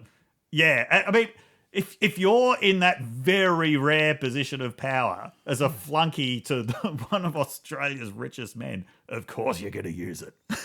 That is great. So anyway. Thank you, Dave. Yes. Let's finish off this section with a Musk correspondence for you. From Tomato Seed, actually. A question for Dr. Dave. Is Elon Musk positioning himself to take over the MAGA movement after Trump is gone? Every time I hear Elon speaking or acting politically, I wonder if he's building a brand he can use in politics. As Trump ages, the chance of a leadership change increases. This will bring about a takeover opportunity that Elon may be waiting for. Elon also has the skills and resources to attempt to take over. For example, he has a stronger brand than any other politician. He has established legal, media, and administrative teams. He has a boatload of money. Is this a possibility or is it too far-fetched? Look, that is a very good question. If he was to take over, though, it would have to be something that's quite a different form from the MAGA movement as we currently understand it. So Trump has two things that Elon Musk could never have in terms of political leadership. One is Trump has actual eligibility for presidency of the United States, which Musk will never have because he was born outside of the United States. Second thing is Trump has charisma. Musk does not. It's so true. Musk absolutely does not. And I think that's something that we keep seeing. Every time someone who gets cited as potentially the new MAGA messiah arises, whether it's Ron DeSantis or JD Vance, you very quickly learn that without the charismatic salesman, nobody likes this. Apart from your very dedicated hardcore, nobody actually likes this. So I have thought for quite a long time, I've said for quite a long time, that the big problem with the MAGA movement is how dependent it actually is on Trump's personal charisma. Trump has done nothing to try to change that. He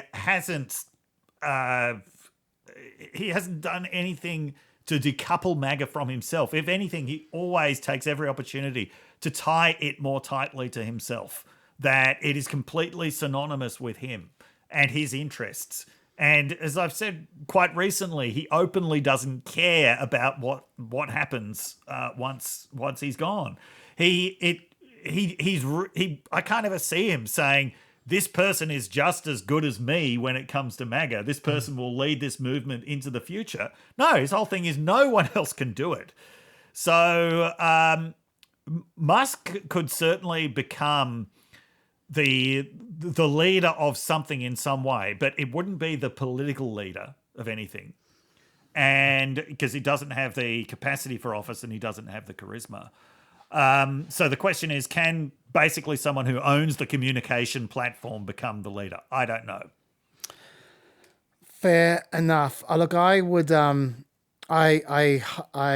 hope you're right there, because if it ever happened, this man is already too powerful. So imagine if he had political power as well, especially if he had a cult like Trump and he had the personality full like Trump, which he's rapidly developing. I think he does have a cult, but it's mostly made up of Twitter bots. Okay, fair enough. Time for Stats Nugget. Woo! Okay. This is from an Axios analysis of data from the Major City Chiefs Association. Stats from 69 different cities. An overall 6% decline in violent crime. That's homicide, rape, robbery, and aggravated assault during the first 6 months of 2024 versus the same period last year. Homicides in particular dropped by 17% in the same cities. 54 of the 69 major cities in the report saw drops in violent crime. In terms of cities, Columbus, Ohio saw the biggest drop in violent crime, 41%. Miami, Washington, D.C. and Austin also saw large declines. Migrant crime, you ask. Crime data along the US-Mexico border found that those cities have some of the nation's lowest violent crime rates in this particular survey.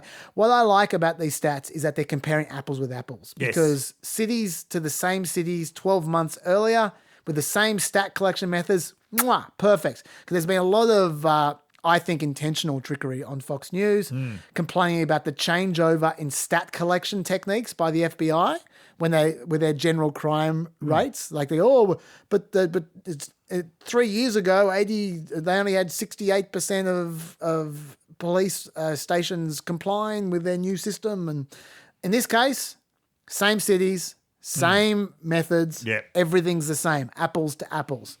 And there's a drop in crime. So that's in the last year. So that's good.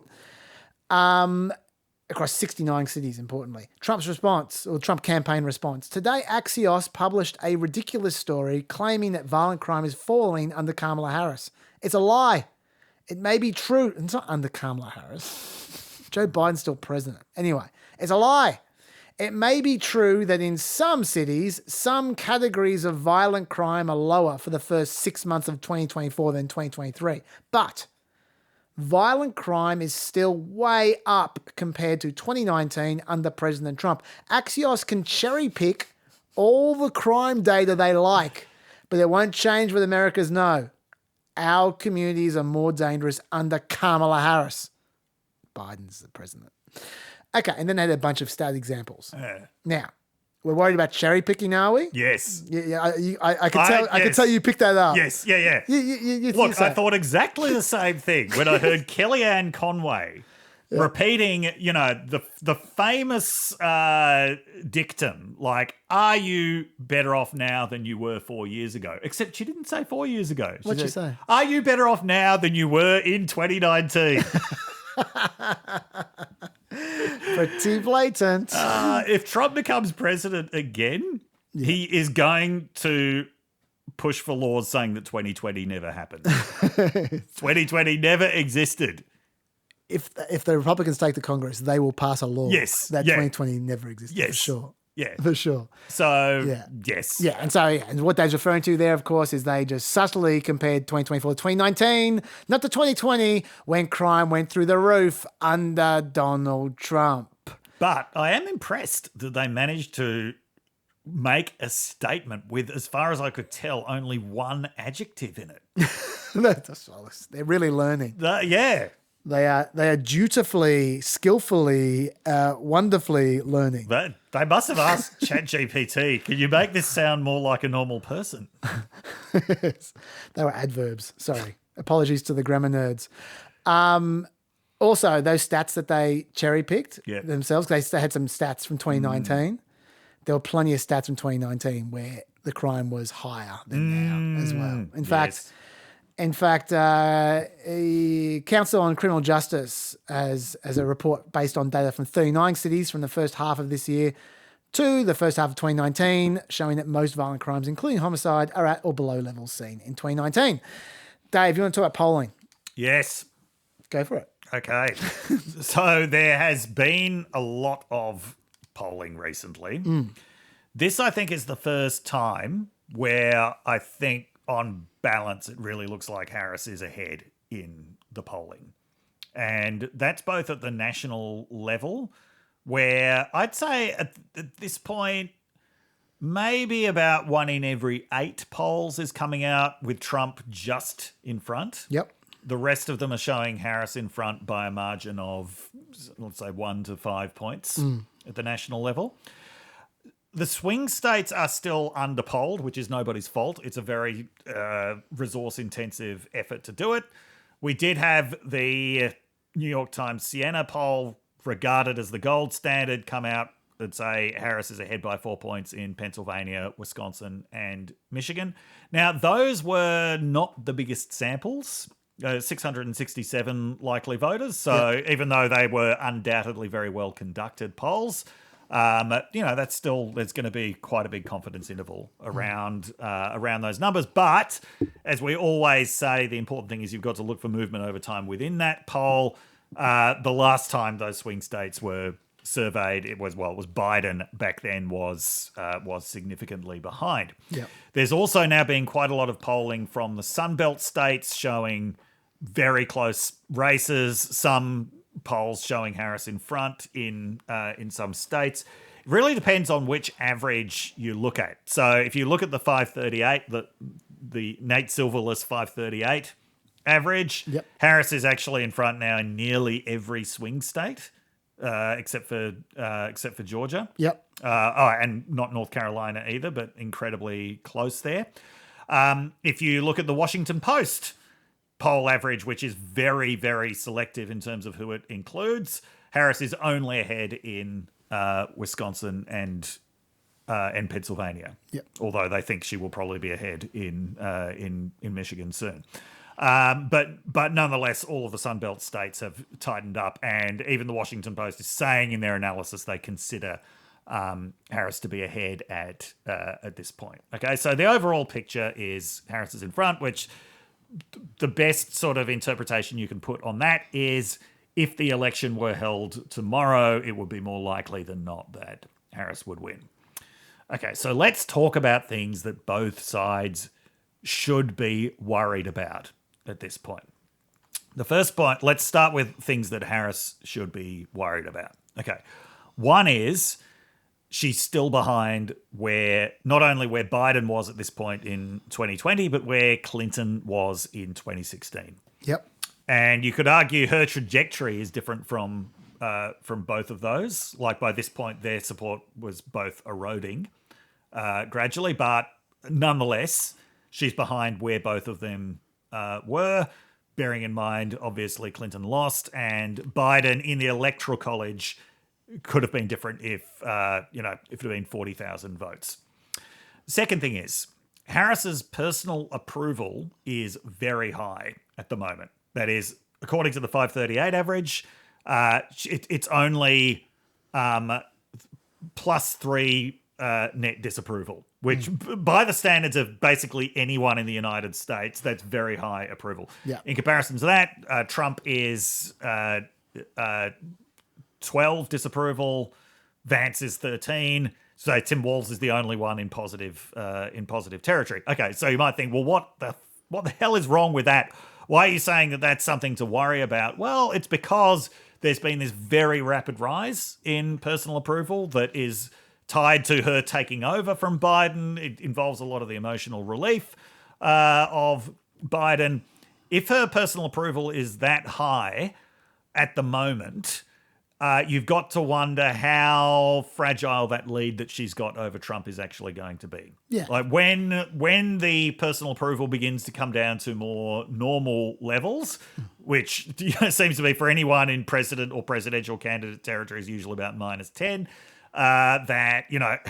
How is she actually going to do then? Yeah, I was just going to say, if it's gone up so quickly, that means it's not anchored. Yes, which means it can go down so quickly. That's right. Like we don't know. We do not know where the floor under Harris is at the moment. So those would, if I were the Harris campaign, those would be the two major things that I would be worried about. Yeah. At the moment, can you think of anything else for her to be worried about? Not at this point. I think you got it. Okay. The fact, in particular, the comparison to Hillary Clinton is one that I've been thinking about myself. Yeah. Okay. Here's what I would be worried about if I were the Trump campaign. Yep. The first thing is that there is no guarantee that the Harris surge is actually going to wear off before the election. Yep. Remembering that this is a genuinely unprecedented circumstance of someone taking over from a president who's dropped out so close to the race. Yep. We have no historical guidance on how long this surge is going to last. And there could be some reasons to believe it will last a lot longer than a standard honeymoon, because you could argue that what it basically was the removal of the big impediment that Democrats had. The big impediment that Democrats had was Biden. You could argue once that's gone, what we're seeing now, this is actually a return to normality.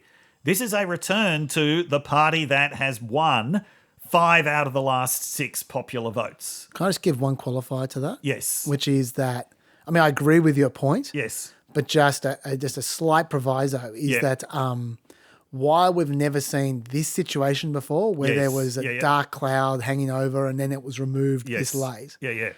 There have been plenty of people who have won primaries, like new candidates who have won primaries around this period. Like Bill Clinton in 1992 won his primary only probably 3 or 4 weeks before Kamala Harris took over. Yeah. And he was a new breath of fresh air at that point in time. Yeah. So it's not like the idea of someone relatively new coming out of nowhere in June or July is unheard of. Yeah, but it's the dark cloud that's new. That's right. Yeah. It wasn't like Paul Tsongas was causing Democrats to have major depression. Yes. No, that's right. In 1992. Yeah. Okay, so that's the first thing that I'd be worried about. That this is actually, after 4 years of deeply subnormal circumstances, that this has actually returned to normality, and that bounce is not going to go away no matter what Tony Fabrizio says. But I don't know. we don't know what world we're in at the moment.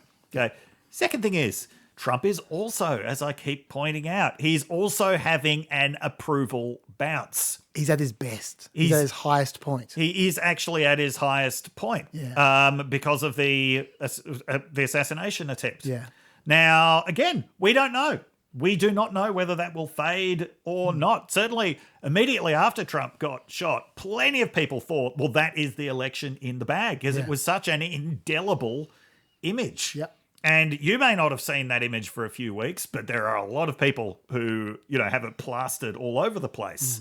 So what I'd be worried about if I were the Trump campaign is that going to fade and to take Trump's numbers down with it. The third thing that I would be worried, I mean, there are all kinds of things to be worried about if you're the Trump campaign in terms of how he's managing it, how JD Vance is managed, but just purely from a polling point of view. Yeah. The third thing is there was a Suffolk University poll of Florida that showed Harris within 5. There was a Florida Atlantic University poll of Florida that showed Harris within 2. Now, that's not the only polling out there. There was an ActiVote poll, whatever the fuck that is, that showed an 8-point difference to Trump, which is more used to what we're seeing. But the point is, both Suffolk University and Florida Atlantic University, they are reputable polling houses. That wasn't, neither of them were using the biggest sample.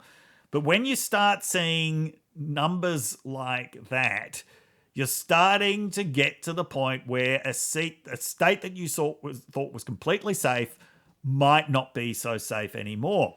And you know who was in that position a month ago? That was Democrats in Minnesota. That was Democrats in Virginia. That was Democrats in New Hampshire. That was Democrats in New Mexico. Right? The polls that were causing alarm were polls within that range. 2 points, 4 points, 5 points, saying, okay, this is where we're going. We're going to have to fight the race here now. Bit of trivia for you, by the way. Suffolk poll. Yes. When Trump's on Elon Musk's call, he pronounced it Suffolk. Suffolk. Just so you know. He talked about that poll? No. But if he did. Sorry, I only just got that joke. Okay, but one of the even bigger worries is Kennedy. Yes. It has got to be Kennedy. So there was a Pew poll which was comparatively good for Trump in terms of it only showed Harris up by 1, but it had shown Trump up by 5 last time it had been taken, not that long, like in July. Okay, so it's a big, big shift towards Harris. Also a big poll, 7,000 people. Now, that poll had been, and still is, an unusually Kennedy-friendly poll as well. So Kennedy had 14% in July. That's now down to 7%. Look again at the increase in Harris's numbers, 6%.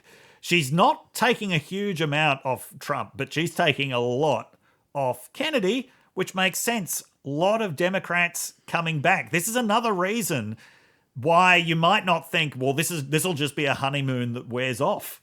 I don't think that people who've gone back from Kennedy to Harris are going to switch back. That could be a permanent shift. Now, at the moment, it's gone from when you saw head-to-head versus multi-person polls, you never knew who was going to come out better from it. Yeah. Now, almost every time, Harris is coming out better from it. Yes. It's not a huge loss. It's like 1 or 2 points every time. But it's enough. Yeah. In a close race. So that Fox News poll that just came out, Trump's best of the last couple of weeks, had him up by 1 in head-to-head, had it even in a multi-person matchup. You see poll after poll that has those results. So I'll tell you what the margin is. Yeah. The margin, like that 1-2 point margin you're talking about. Yes. That's taking care of the electoral college bias. It is. That's what that's taking care of. Yes. That means that all Harris needs to do, if this continues with RFK, all Harris needs to do is win the popular vote. Yes. And that will be enough. Yes, yeah.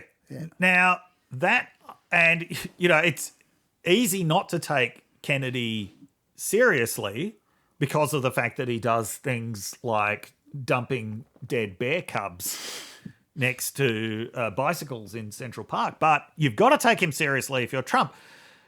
It has come out that we already knew that Kennedy had approached the Trump campaign asking for a cabinet position more than a month ago in return for dropping out of the race and endorsing Trump.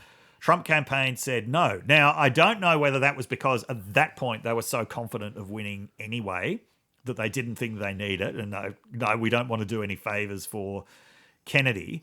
But, that's what they did. He has since approached the Harris campaign with the same deal, which the Harris campaign wouldn't even dignify with a response. They wouldn't let him meet with Harris. And of course they're not going to take that at the moment. Now, Kennedy's facing a few headwinds at the moment. One of them is the judges has ruled he can't be on the ballot in New York because he was faking his address there, which is a very typical kind of Kennedy thing. That was actually as a result of a lawsuit brought by Democrats. That was a mistake. Well, that was months ago. Yes, that was when they thought that it was going to help Biden to get him off the ballot. I mean, he's going to appeal that. At the same time, he's on the ballot. It's been affirmed that he's on the ballot in North Carolina. And I don't think that being off the ballot in New York is going to stop him from doing his kamikaze act in the election. So there is a possibility, because you do see Trump, Kennedy's vote is eroding. So there's a possibility it just erodes to nothing by election day, but I don't think so. It's not going to be nothing. No. It might be 2%, but it's not going to be nothing. So. And they are clearly aware of this, because when Joe Rogan made comments that were supportive of Kennedy, Trump immediately fires back saying, I'd like to see next time Joe Rogan tries to come to a UFC fight. Now, I think Trump is actually misreading his own popularity in the UFC vis-a-vis Joe Rogan's.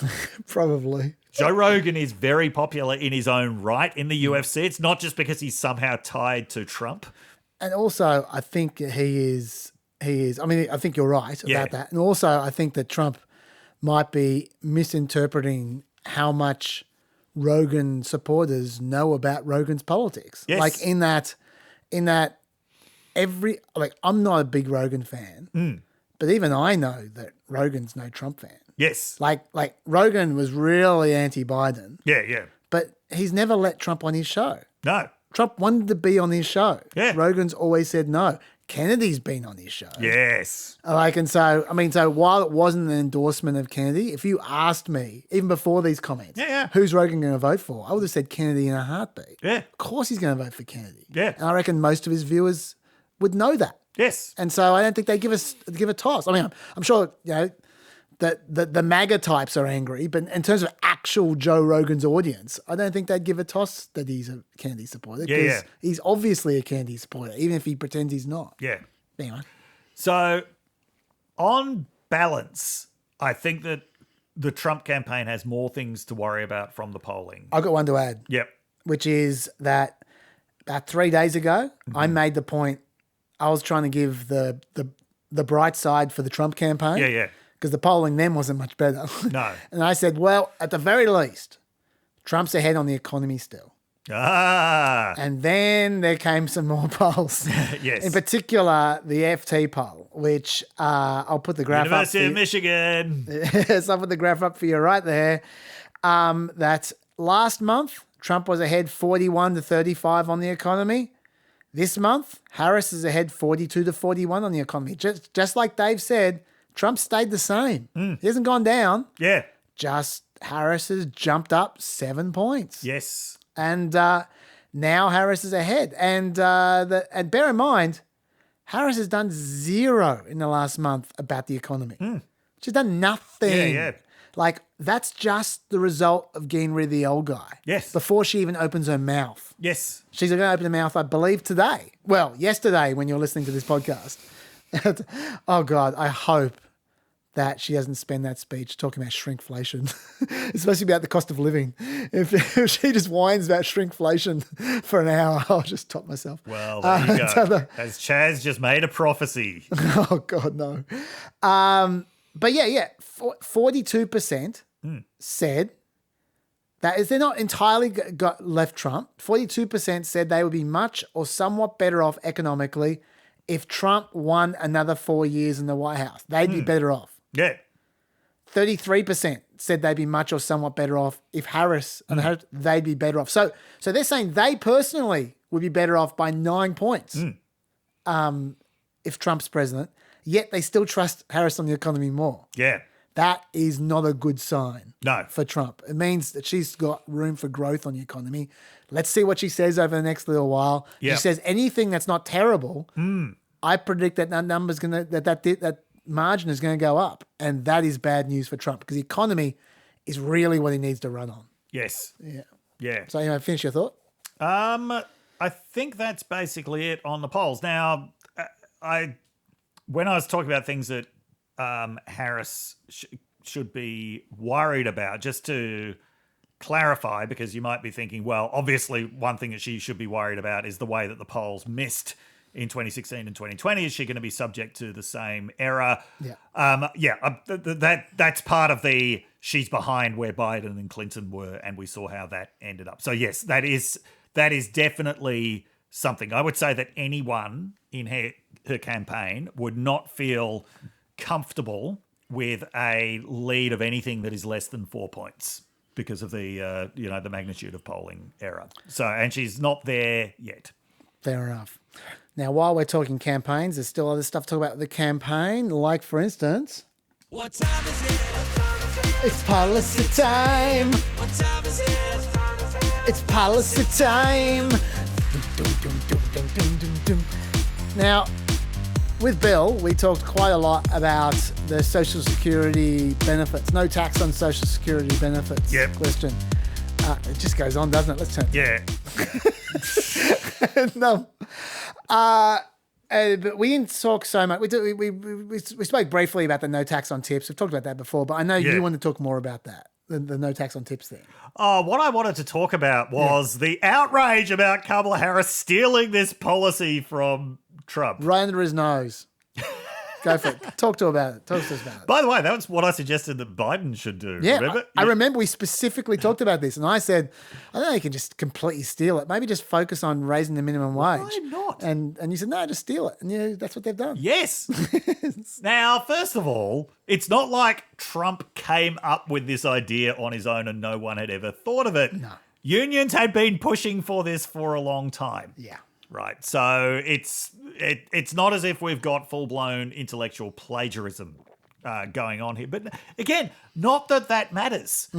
And I thought that I'm no political messaging guru, but for the first few days after that announcement from Harris, and it wasn't even that much of an announcement, but it was magnified by Trump and Vance saying, copycat Kamala stealing our policies. It's like, do you really want to emphasize that on the one kind of economic policy that you have come up with that is popular, that your opponent wants to do exactly the same thing?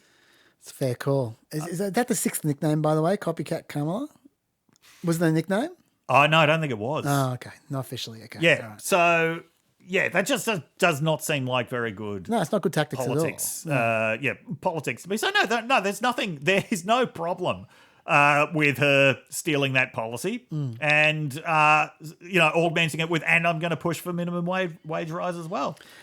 Also, actually, I didn't realize this when we talked about this on Wednesday, but Yep. it actually is slightly different to Trump's policy. Ooh. I think this is not being covered enough. Yep. I'll just play you her announcement. See Okay. if you can spot the difference.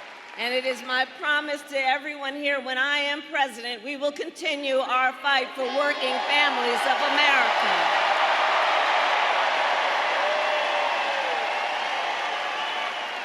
Including to raise the minimum wage and eliminate taxes on tips for service and hospitality workers. Did you pick the difference? No. Last few words. For service and hospitality workers.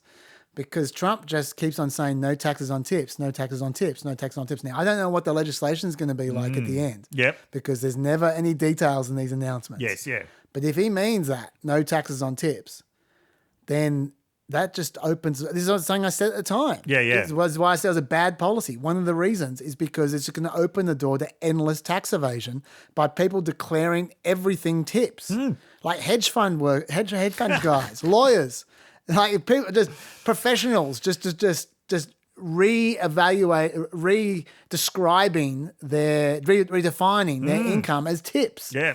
Right. It's just so obvious. That's the way tax loopholes work. Right. Okay. And she clearly is onto that. Okay. So it's only for hospitality workers. Has anyone other than you pointed this out publicly? I've seen. Because it sounds like something they should be pointing out. I don't think the campaign has. I've seen like a writer or two notice that difference, but it's not something that's been really publicised much. You're right. They should, because that is a difference. That is a big difference. And if it's an intentional difference, it's a smart difference. Yeah. So they should. Yeah. Yes. But anyway, I interrupted you. Keep on going. Or was that it? That's all I really had to say. Okay, that's all right. If Trump comes at her in the debate with "you stole my policies," she can say, "No, this was a union policy that you stole." Yes. From American workers. Yeah. I've learned a couple of more things about this policy since the last time I talked about it properly, so I'll just throw it in now. Yep. Firstly, it's actually a bit ironic that only last year the IRS and the Treasury Departments introduced a new tip reporting program. Right. Called the Service Industry Tip Compliance Agreement that's designed to improve tip reporting compliance. Yeah. And they funded that with part of the extra funding from the Inflation Reduction Act that Kamala Harris was the tie-breaking vote for. Ah. And now she's undermining the policy that she is specifically the tie-breaking vote for. Also, there is a reason why they keep doing this in Nevada, and it's not simply the fact that there's lots of hospitality workers in Nevada, and it's not simply the fact they have a very strong union in Nevada that cares about this stuff. It's also the case that if you just raise the national minimum wage, like we've been saying, from $7.25 an hour, or the tipped minimum wage from $2.13 an hour, that will make no difference in Nevada at all, because Nevada does not have a tipped minimum wage. No. And their minimum wage is $12 an hour. Ah, I see. Right. So if you did the conventional economic thing to help the poor waiters, it would have literally zero impact on the workers in Nevada. So this policy is particularly tailored to Nevada. So there's that, which I didn't realize. Also, there is another problem here. Well, I've kind of hinted at this before, but I want to just spell it out. That this could potentially lead to workers having lower wages. And the reason for that is because you can just see a dodgy employer saying, well, we'll pay you less on your wage and you'll have more from your tips. Yeah. Because there's no taxes on tips. Yep. And if you don't get the tips, yes, you end up with a lower wage. I can definitely see that. Like some would say that this is just the government subsidizing big business who then screw over their workers. Yep. So yeah, as you say, Trump's not happy. The truth was Kamala Harris, whose honeymoon period is ending and is starting to get hammered in the polls, just copied my no taxes on tips policy. The difference is she won't do it. She just wants it for political purposes. This was a Trump idea. She has no ideas. She can only steal from me. Remember, Kamala has promised the largest tax increase in history. It won't happen. Make America great again. Okay. I read a really interesting take on this in National Review. And I'm saying National Review because I thought it was so clever. I want to give them credit for it. Rather than just stealing it. Let's give National Review credit for something. This is the Was it about how good apartheid was? No. Dave, so bitter. This is the downside of pandering, they say. Okay. If you're running on policies you actually believe in, Yeah. and your opponent steals it off you, you're pleased. Yes. Because you like that policy. Yes. That guaranteeing that policy will take place is a win. Yes. Right?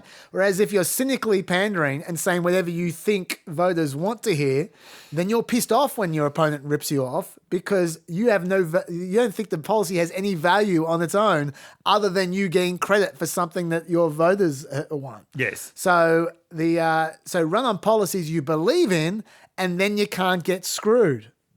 Very true. That was a good point. Yeah. That was clever. I was probably right above an editorial saying there should be no wages, only tips. As long as that's what they believe in, Dave.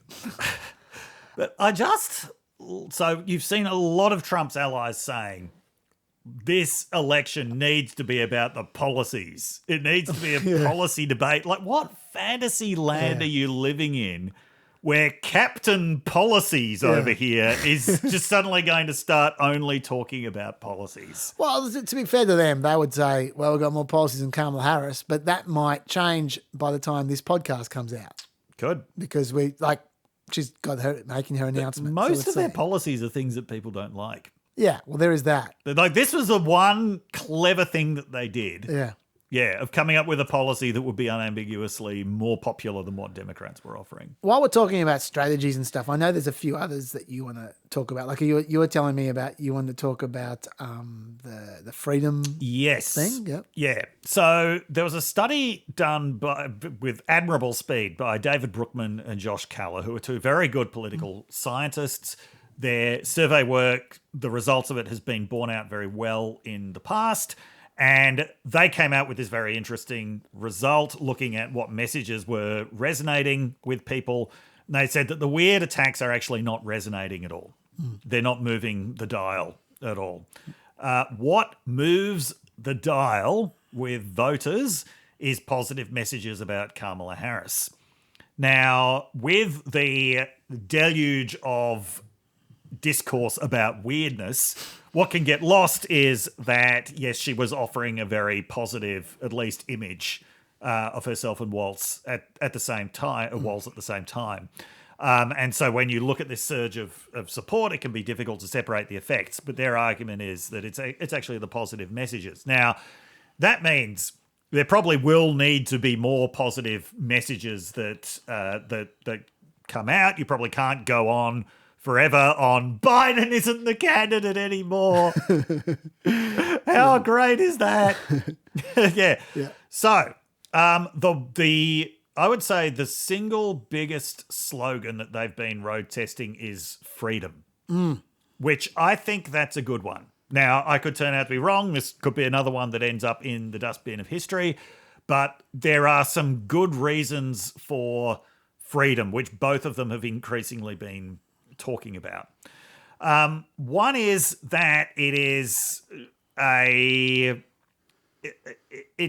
message that has a lot of resonance with American history across the political spectrum that they can claim.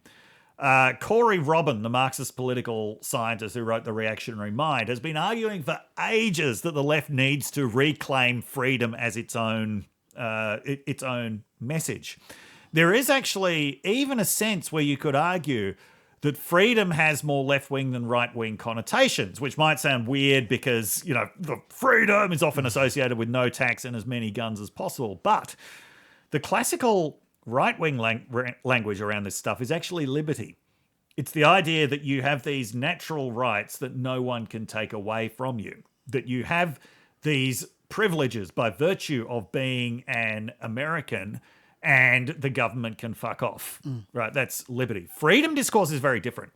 Freedom discourse is you've been enslaved, right? Freedom isn't just some natural state that you can, revert to if the government minds its own business. Freedom is something you have to fight for. Freedom is something you have to sacrifice for. Freedom is something that people died for. So freedom is very much associated with the civil rights movement. It's associated with the struggle for the women's vote. It's associated with gay liberation. It is associated with all of these left-wing movements, though, as well as being very, very resonant with the general American self-mythology ever since the Second World War, right? So, and ever since the Civil War, right? The Civil Wars fought in the name of freedom. The Second World Wars fought in the name of freedom, but it's the fight that's important. It's the struggle. It's the sacrifice. And Tim Walz was recently saying, I can remember when it was Republicans who used to talk about freedom, because it was one of the catchphrases of the Cold War as well. It got completely discredited, though, on the Republican side by the Iraq War, by Operation Enduring Freedom, by the freedom agenda. That basically completely soiled the term for the right. So now's a very good time to reclaim it for Democrats. It's something that's it is something that's very positive, and it's also something that appeals to this idea that Democrats are now the live and let live party, which is what Republicans used to be able to claim that they were. We're protecting Americans who just want to mind their own business from overweening government. I've got a classic example right here. Okay, go for it. Some of us in here are old enough to remember. I see you down there. I see those old white guys. Some of us are old enough to remember when it was Republicans who were talking about freedom. It turns out now what they meant was the government should be free to invade your doctor's office. In Minnesota, we respect our neighbors and their personal choices that they make. Even if we wouldn't make the same choice for ourselves, there's a golden rule. Mind your own damn business. I like that. Yeah. Yes. Yeah, and that's a good one. Yeah. So I think that in terms of just having a single positive slogan, freedom's as good as any that they're going to land on, I think.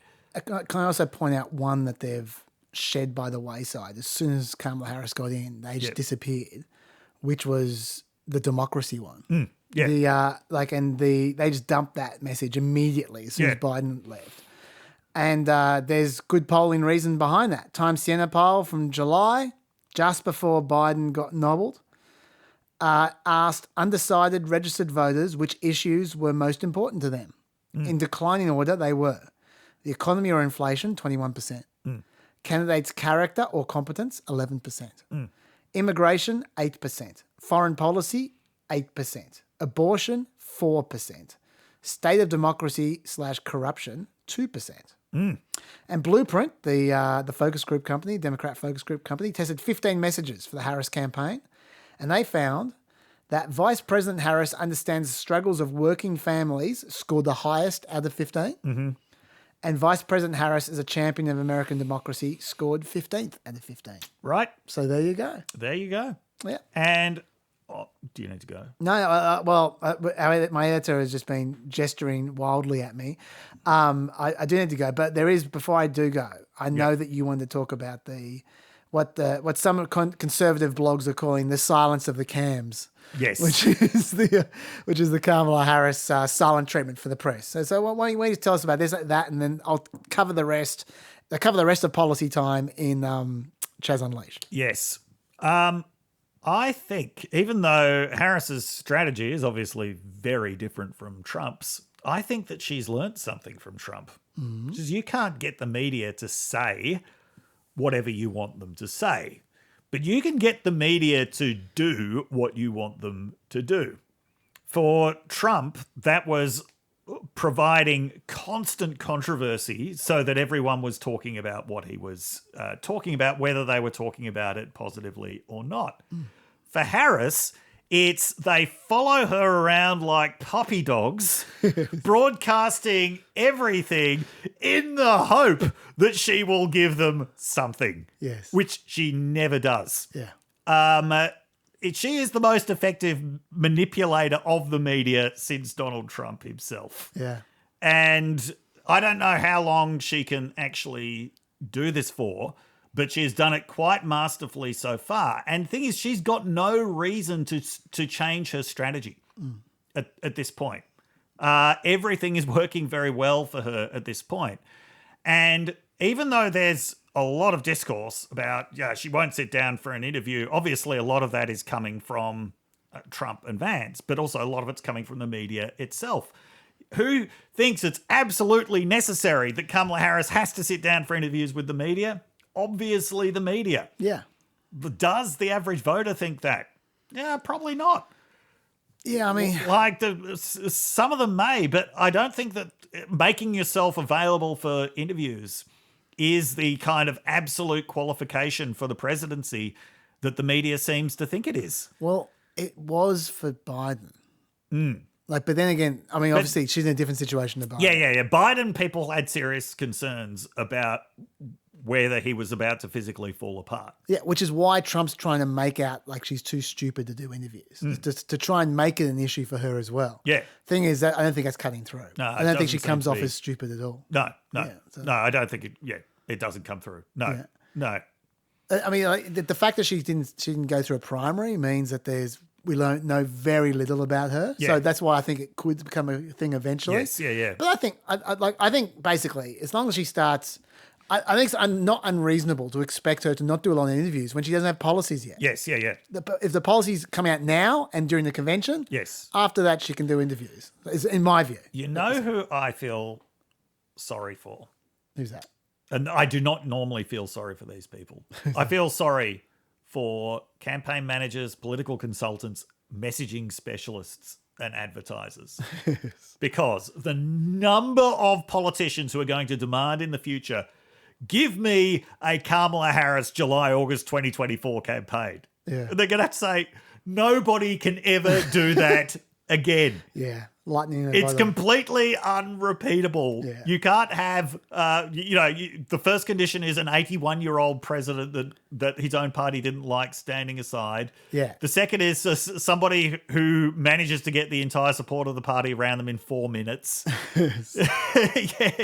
The third is she's running against the guy who's still one of the most unpopular candidates of all time. Like, also, the most important thing you ever mentioned, yes, is that 81-year-old candidate began the campaign for her. Yes.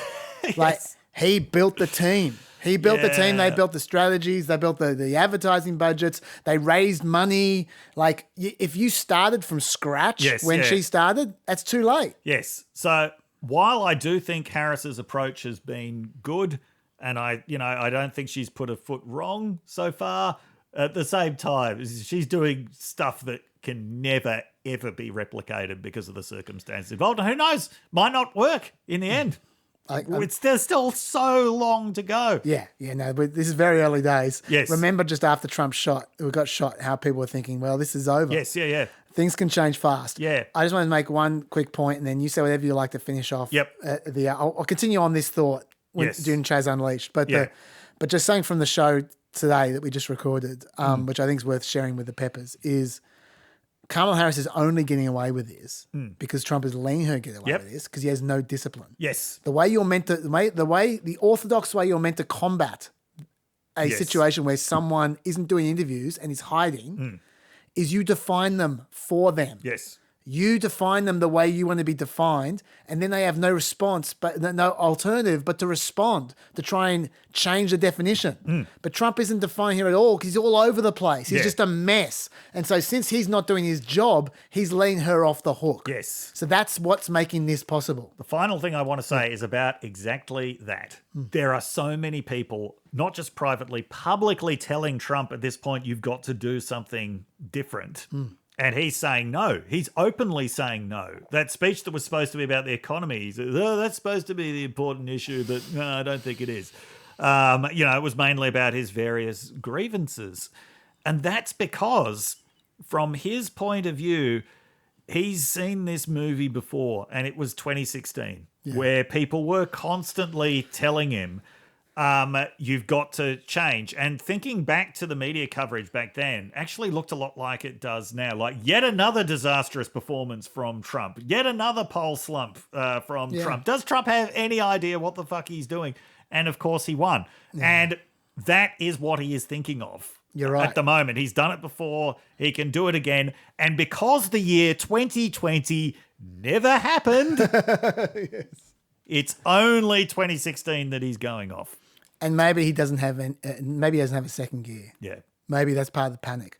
I will continue this thought and then on to the rest of policy time in Chaz Unleashed. But the editor is honestly, you should see how upset he was. Yeah. I've really got to go. So until then, thank you very much, Dave. Stay peppy. Stay peppy.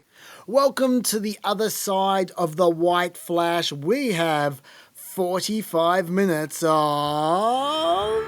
Chaz Unleashed. Sorry that I had to go so quickly from the last podcast. The editor was really angry. I'm not keeping anyone happy at the moment.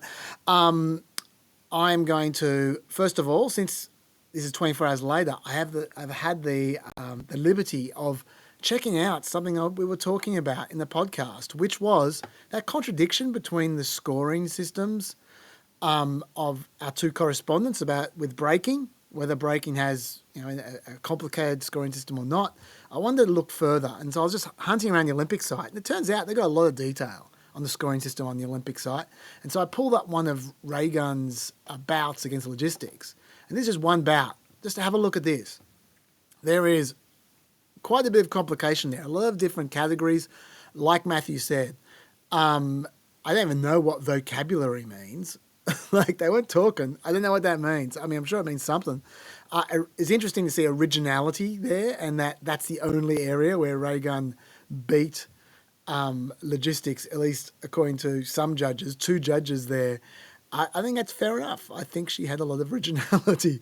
But look, there's no doubt when you look at this that there is a certain amount of complexity that I don't understand. I think Matthew's right that I was full of shit about the scoring system, so I concede, Matthew. I don't know what the truth is. I don't know how it compares to gymnastics or diving or boxing or whatever, but this does have the illusion of objectivity that I was looking for.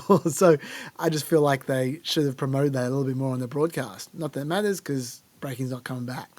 But anyway, there's that. Also, crypto correspondence. I was going to have a whole section with Dave next, just before I got thrown out. So I'll just push that back to next week because I want Dave to respond to it. And a few things that I was storing at the end there, which I didn't say because I was aware that I was about to go and I wanted Dave to talk as much as possible. When he's talking about the freedom stuff, the freedom message from the Democrats, conservatives hate that. They hate that so much because they go, well, what about COVID? You guys didn't care about freedom then. What about parental rights? What about all kinds of things Democrats have government control on, industrial regulations, like all kinds of stuff. The only thing you guys seem to care about when it comes to freedom is abortion, the conservatives say. Now, look, I don't think that's completely true, but I think they have a point that there's certainly lots of things that Democrats don't care about freedom for, and I think that's an opportunity. Personally, yes, I know I'm a libertarian, but I think there are things that Democrats could get behind freedom for, like licensing reform. That's something that Obama talked about. It's something Biden has talked about. What I mean about licensing reform is just there are so many jobs you need a license for that you shouldn't need a license for, like hairdressers or florists, like in some states, not every state. But that's something that Democrats could get behind, or zoning reforms, like allowing more freedom in zoning. If you want to reduce housing prices, which Harris seems to want to do, that's a great way to at least help the process. It won't do everything, because I can tell you now there are cities where they have almost no zoning, like Houston, where houses are cheaper, but they're not super cheap. Like, so it's not the whole answer, but it's part of the answer. It's at least a policy they could sell as part of a freedom agenda. So I think it's an opportunity, but we'll see what they do on that. I also wanted to inform you a little bit more about Trump flipping out, which we were talking about a bit towards the end there.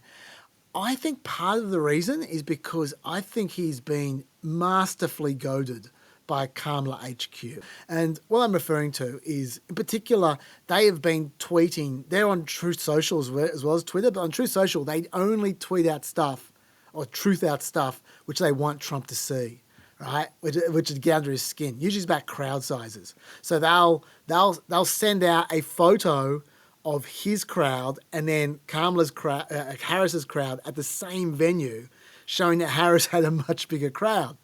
Or they'll truth out how many more rallies she's holding than him and go, oh, he got low energy. Like, they really try and get under his skin. And it seems to be working, because at that last press conference about a week ago, that disaster press conference of Trump's, the Willie Brown one, he went on and on about crowd sizes. And I'll play you a clip of him going about crowd sizes, and then I'll tell you what they did with this clip. Listen, I had 107,000 people in New Jersey. You didn't report it. I'm so glad you asked. What did she have yesterday? 2,000 people? If I ever had 2,000 people, you'd say my campaign is finished.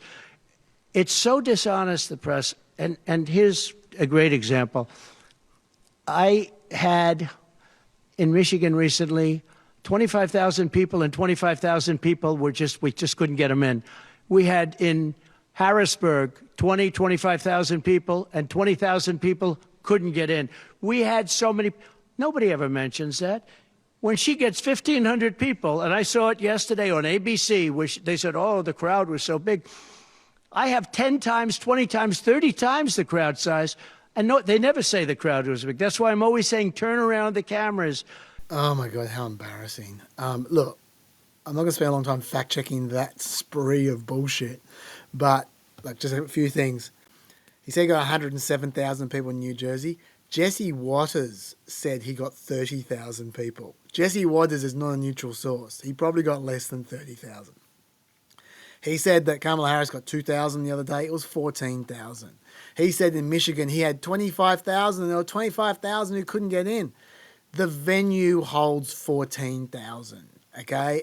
Kamala Harris was at that same venue. She sold it out. The photos make that really obvious. This was one of the photos they sent they posted, Kamala HQ posted on Truth Social, showing that Trump only half filled the place. So he didn't get close to 14,000. He said he had 25,000 plus 25,000. Harrisburg, he said he had 20,000 there plus 20,000 couldn't get in. It only seats 10,000.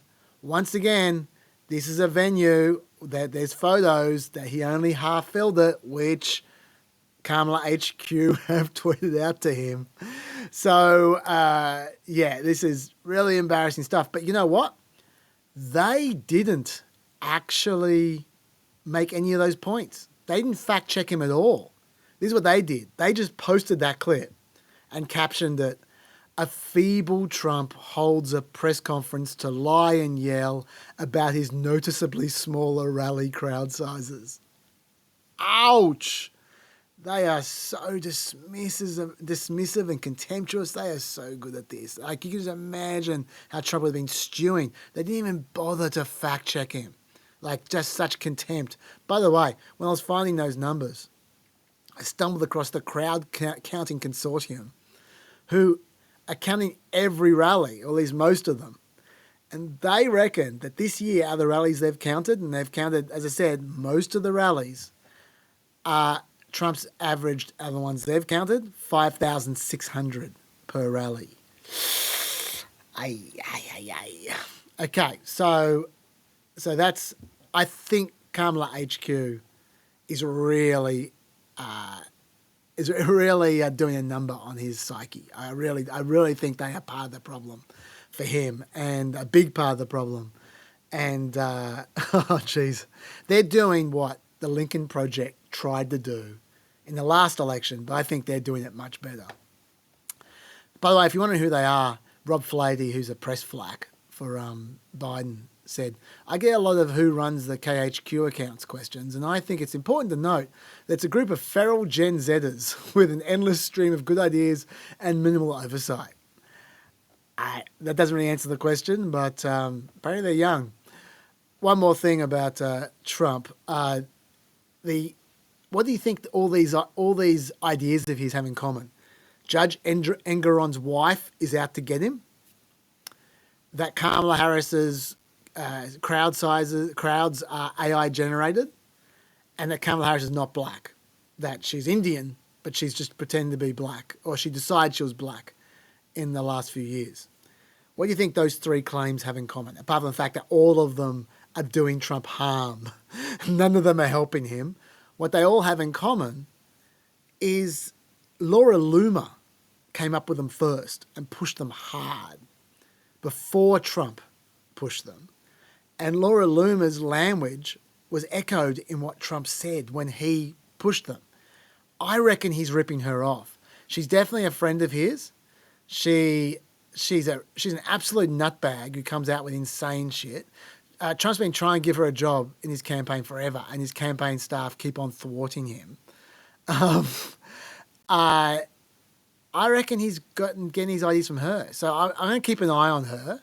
I'm going to keep an eye on his crazy ideas and see if we can keep the pattern going. If you want to know the next crazy thing he's going to say, just follow Laura Loomer on Twitter. And, well, you'll see a lot of crazy things. It won't just be things Trump says. She is an absolute nutbag. But anyway, just something that I found interesting. One more thing. I'd like to play a little toilet break. This is a little clip which I found amusing. Now, Steve Colbert was the Colbert Report. Steve Colbert was my favourite political satirist in my lifetime. I thought the Colbert Report was brilliant. I used to say that satire, political satire, is comedy that's not funny. But then the Colbert Report, I thought was genuinely funny, and it was brilliant satire. They actually made great points while being really funny. I had all the time in the world for him. I just loved him. And then the Late Show started with like Steve Colbert, and look, at the beginning it was okay, but I think Trump broke him. I really do. Like, Trump turned him into a massive left-wing cheerleader, like Democrat cheerleader, which, like, sometimes he doesn't even make jokes. He just acts angry, and it's depressing to me because he didn't used to be like that at all. Anyway, the fact is that his audience are filled with clap the junkies, right? These people like what he does. They like him just going, right, yeah, go Kamala Harris, yeah, oh, Trump's awful. They like that.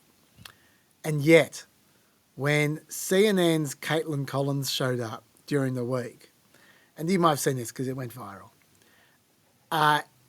they reacted in an unpredictable way, which says a lot about where America is at the moment with the media. I know you guys are objective over there, that you just report the news as it is. Oh, I know. CNN makes a... I know Was that supposed to be a laugh line? I wasn't supposed to be, but I guess it is. Look, he dealt with it well, I got to say, but how embarrassment. Oh, my God, so awkward. It's... yeah, I mean, that's Colbert's audience. That they're laughing at the idea that someone could think CNN were objective and trying their best to be independent. Oh, how'd you be? By the way, Caitlin Collins, she used to work at the Daily Caller. She started off in conservative media. She might be an old school conservative for all we know. It's like she started before Trump, so she wasn't in a Republican media outlet when Trump was around, but she might be a pre-Trump Republican. But I've got a lot more to get through on Policy Time. Policy Time. It just goes on and on, this thing. Love it. The Supreme Court. Supreme Court's pretty unpopular. according to Gallup, I believe, 36% approval, 56% disapproval, although that is a little bit misleading if you look at the graph, because what's happened is the Democrats have their approval just falling off a ledge after Dobbs in 2022. That's the abortion decision, whereas the independents have gone down gradually over time, but they're still kind of 44% approval, and Republicans have gone up. How about that? Was a surprise. So it's quite partisan, that response there. And Pew found the same thing. They found Supreme Court favourability 47% to 51% unfavourable. It's not quite as bad. But once again, what's happened is Republicans have gone up and Democrats have gone way down after Dobbs.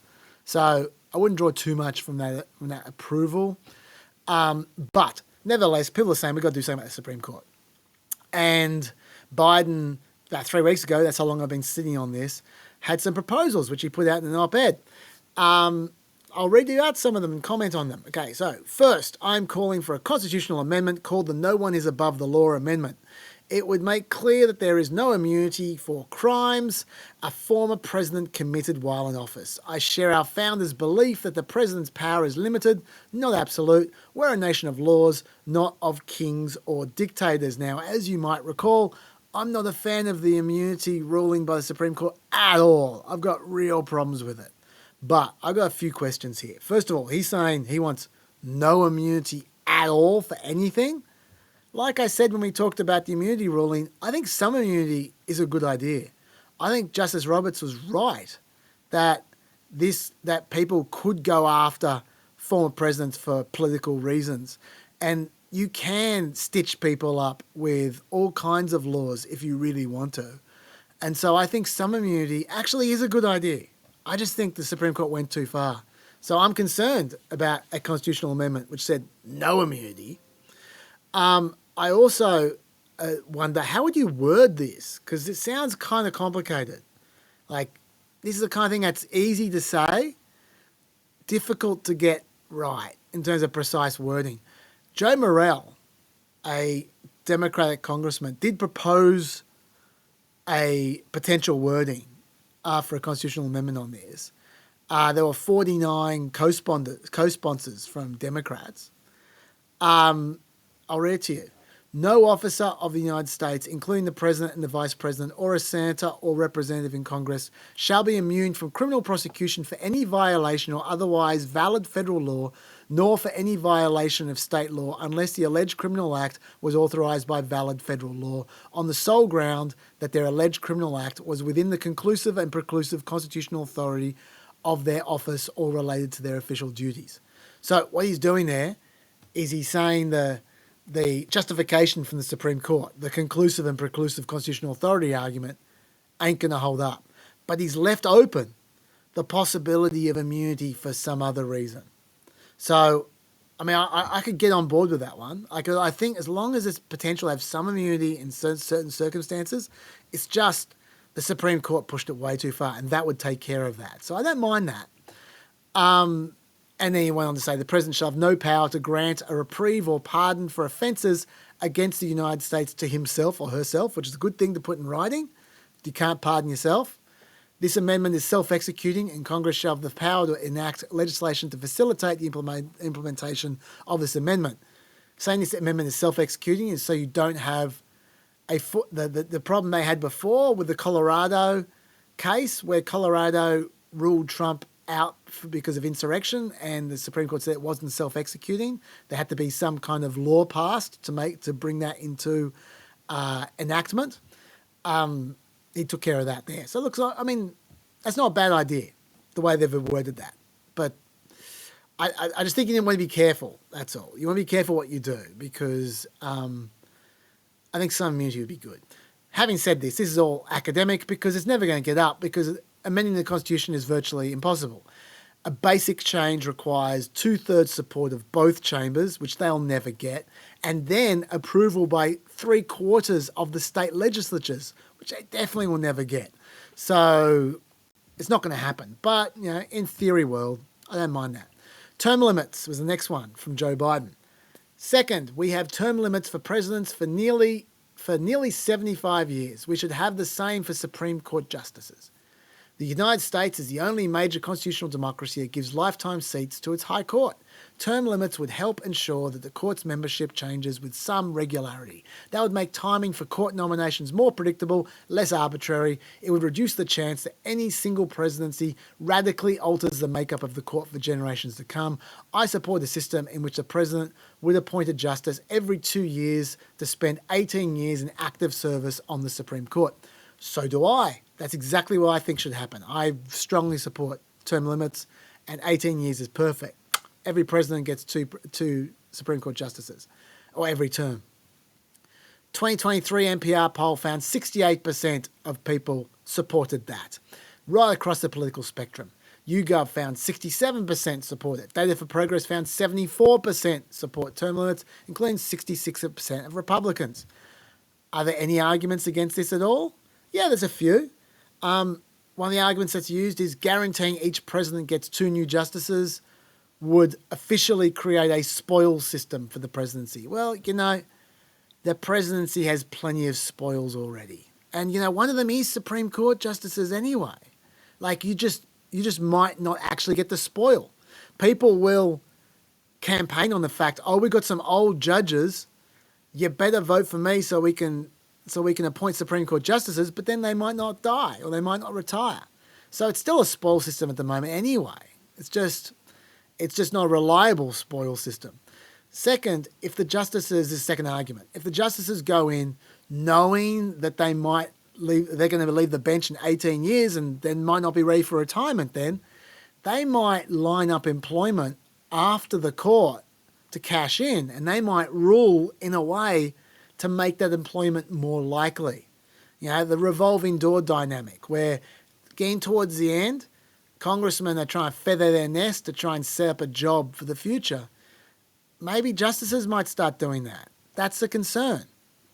But, I reckon if you pick them at the right age, if you pick them around 55 or 60 rather than 45 or 40, like they're 45 these days because they're trying to make them last as long as possible.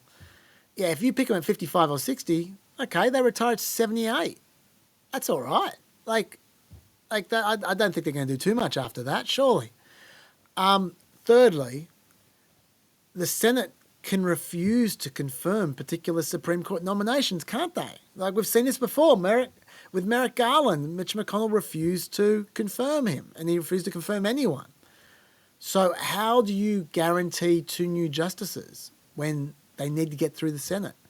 If you have a situation where there's a Democratic president and there's a Republican Senate, and they say, no, we're not going to confirm anybody, what do you do? How do you get 2 Supreme Court justices through? I think this is the biggest question. Like it's a great question.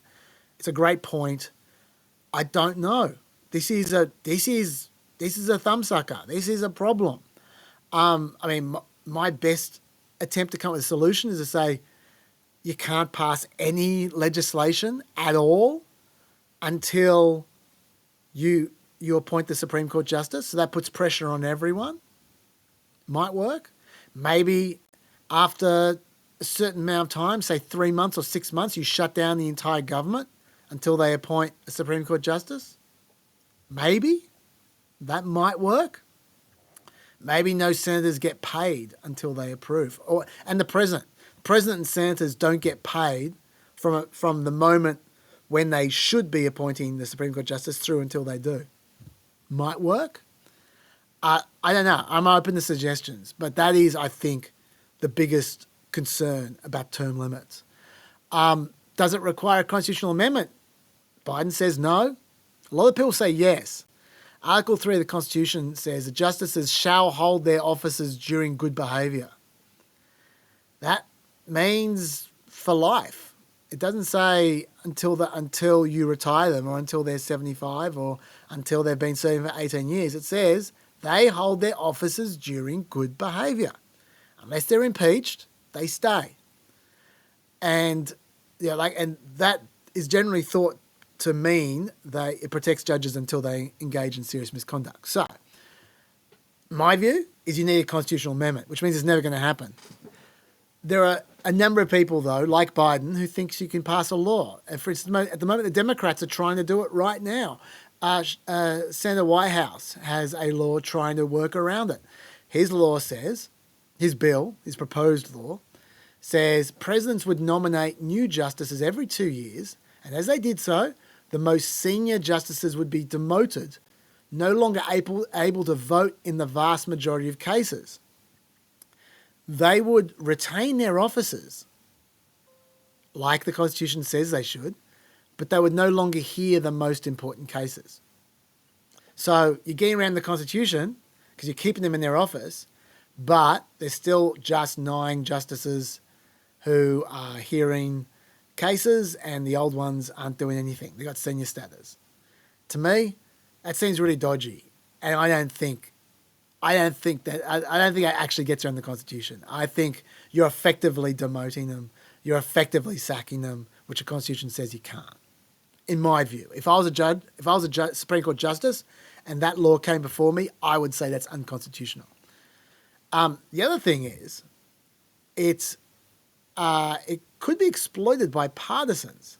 And what I'm referring to there is that if you can, by law, and this is what a lot of people are saying, if you could, by law, make the 2 oldest not hear any cases, then you can, by law, make the 2 youngest not hear any cases. You could, by law, make any 2 justices that you don't want to hear cases. So there could be partisan shenanigans going on here. You could end up having an entirely Democratic Congress ruling to just get rid of Republican judges. Like, how are you going to stop them? If they can get rid of the oldest 2, why can't they get rid of another 2? It should also say that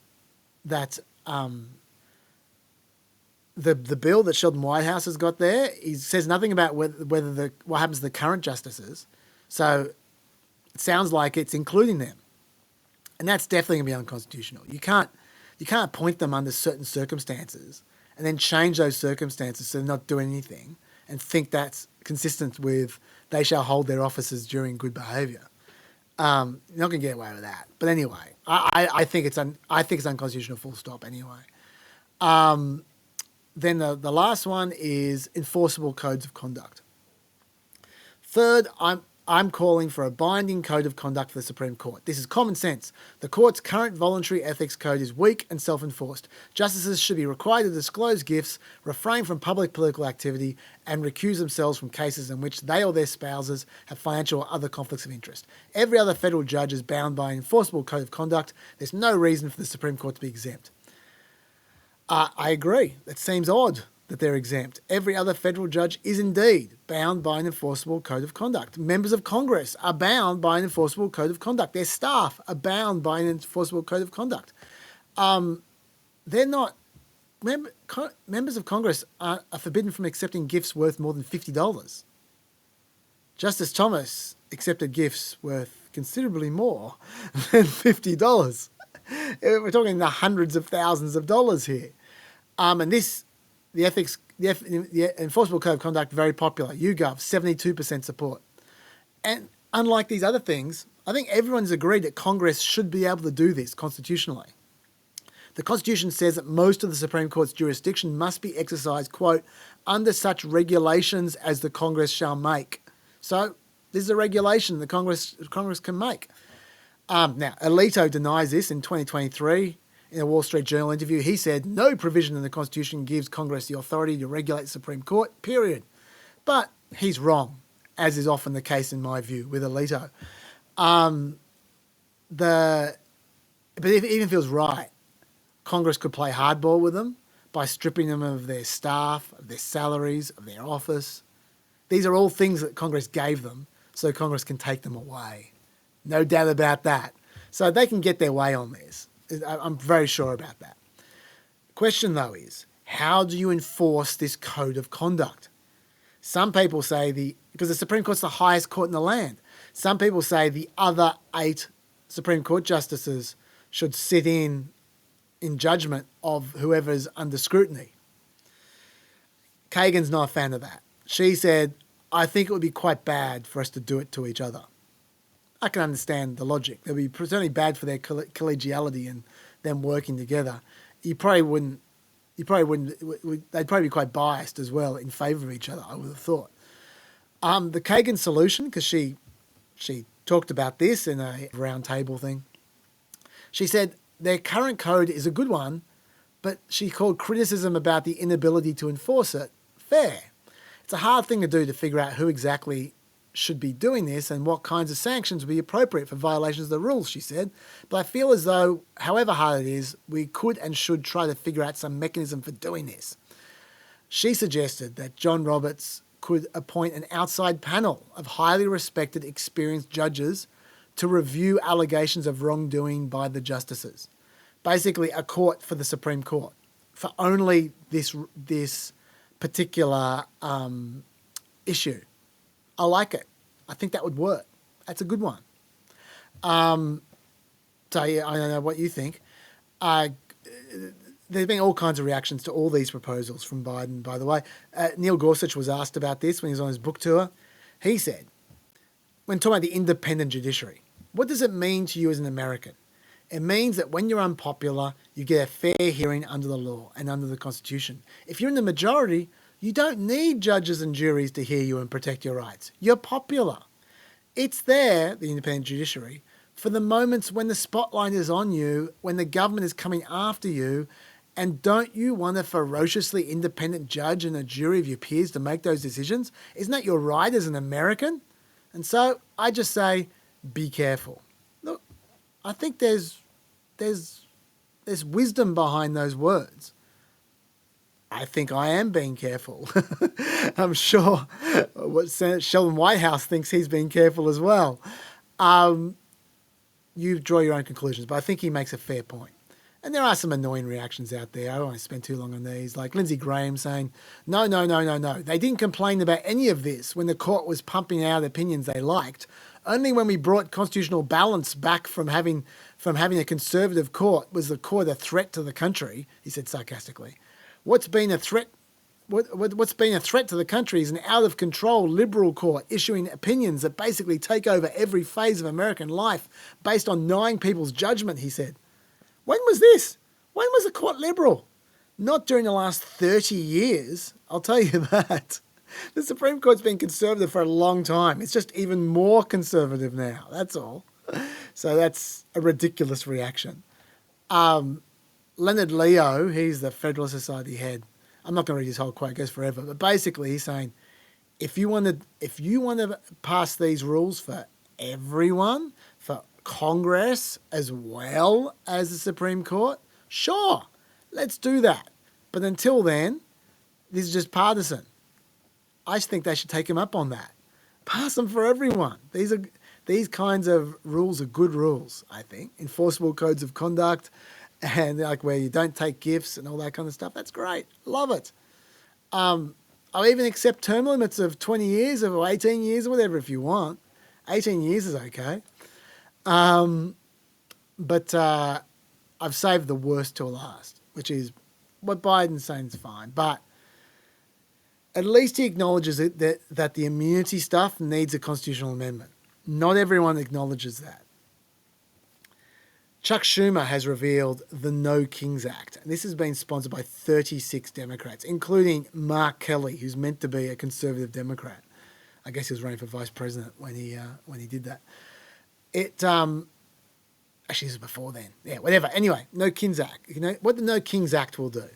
It will affirm that no president or vice president, former or sitting, would be entitled to any form of immunity, whether absolute, presumptive, or otherwise, from criminal prosecution for alleged violations or the criminal laws of the United States unless specified by Congress. Okay, so zero immunity again.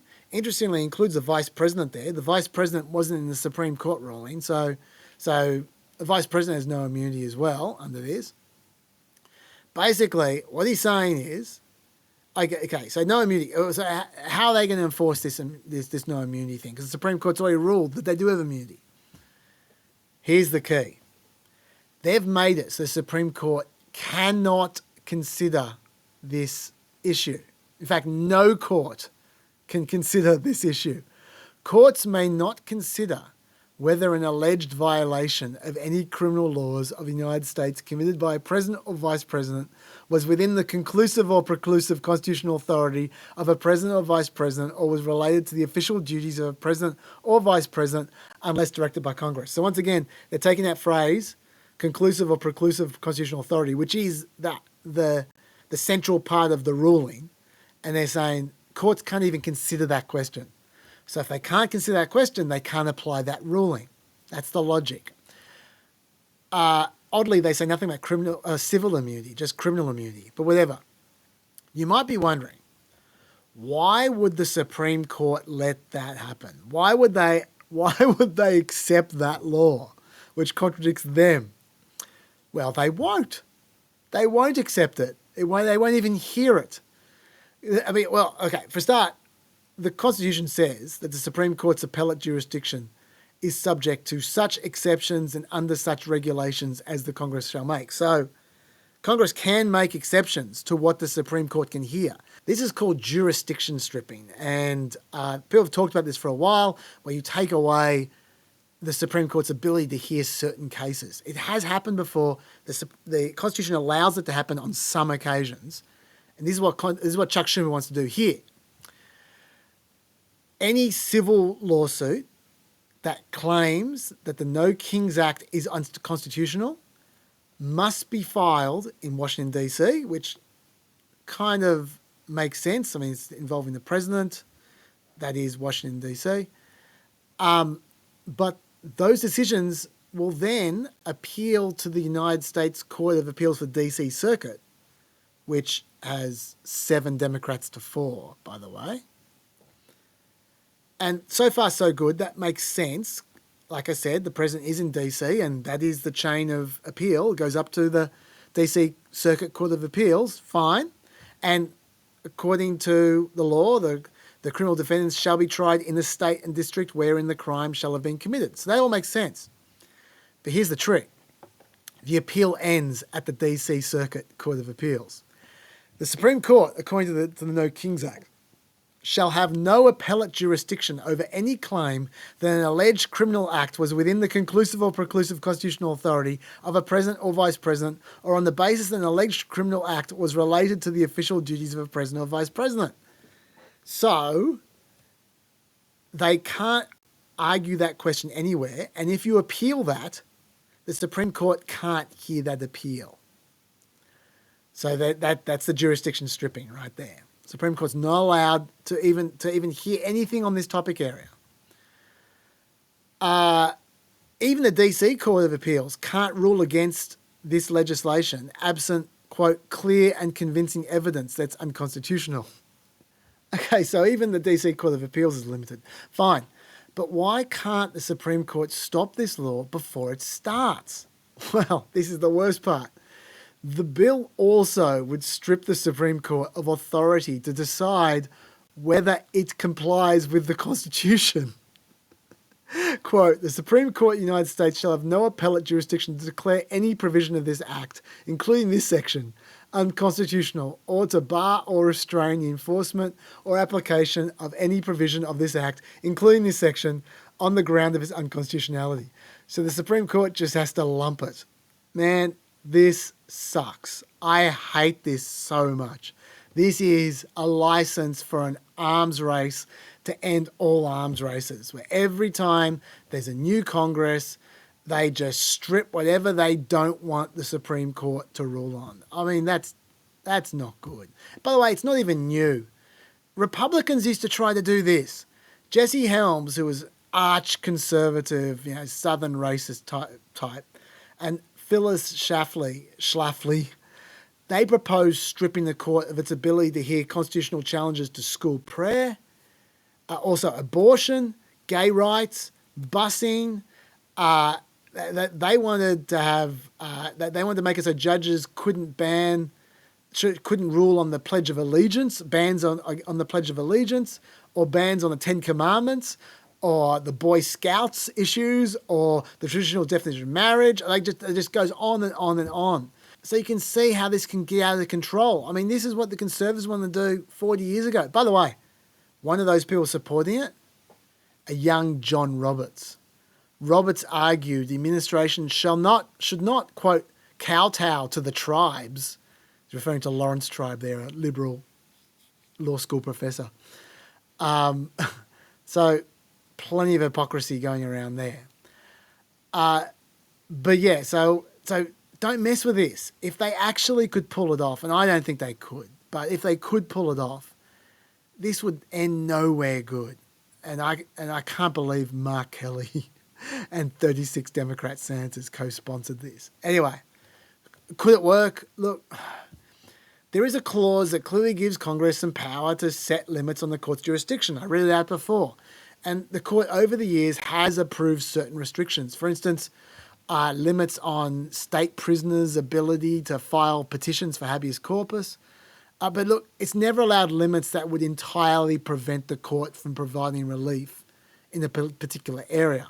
In Felker versus Turpin in 1996, 3 justices joined a concurring opinion that said Congress can cut off one process the litigant may use to bring a case to the justices, but they've got to leave open some other avenue that will allow the issue presented in that case to be heard by the Supreme Court. And we should also say, even if they somehow manage this, Trump versus USA is still good law. The immunity hearing, the immunity ruling is still good law. They haven't overturned it. So it's just the Supreme Court is forbidden from enforcing it. So what if lower courts enforce it instead? Would the DC court, the DC Circuit Court overrule them?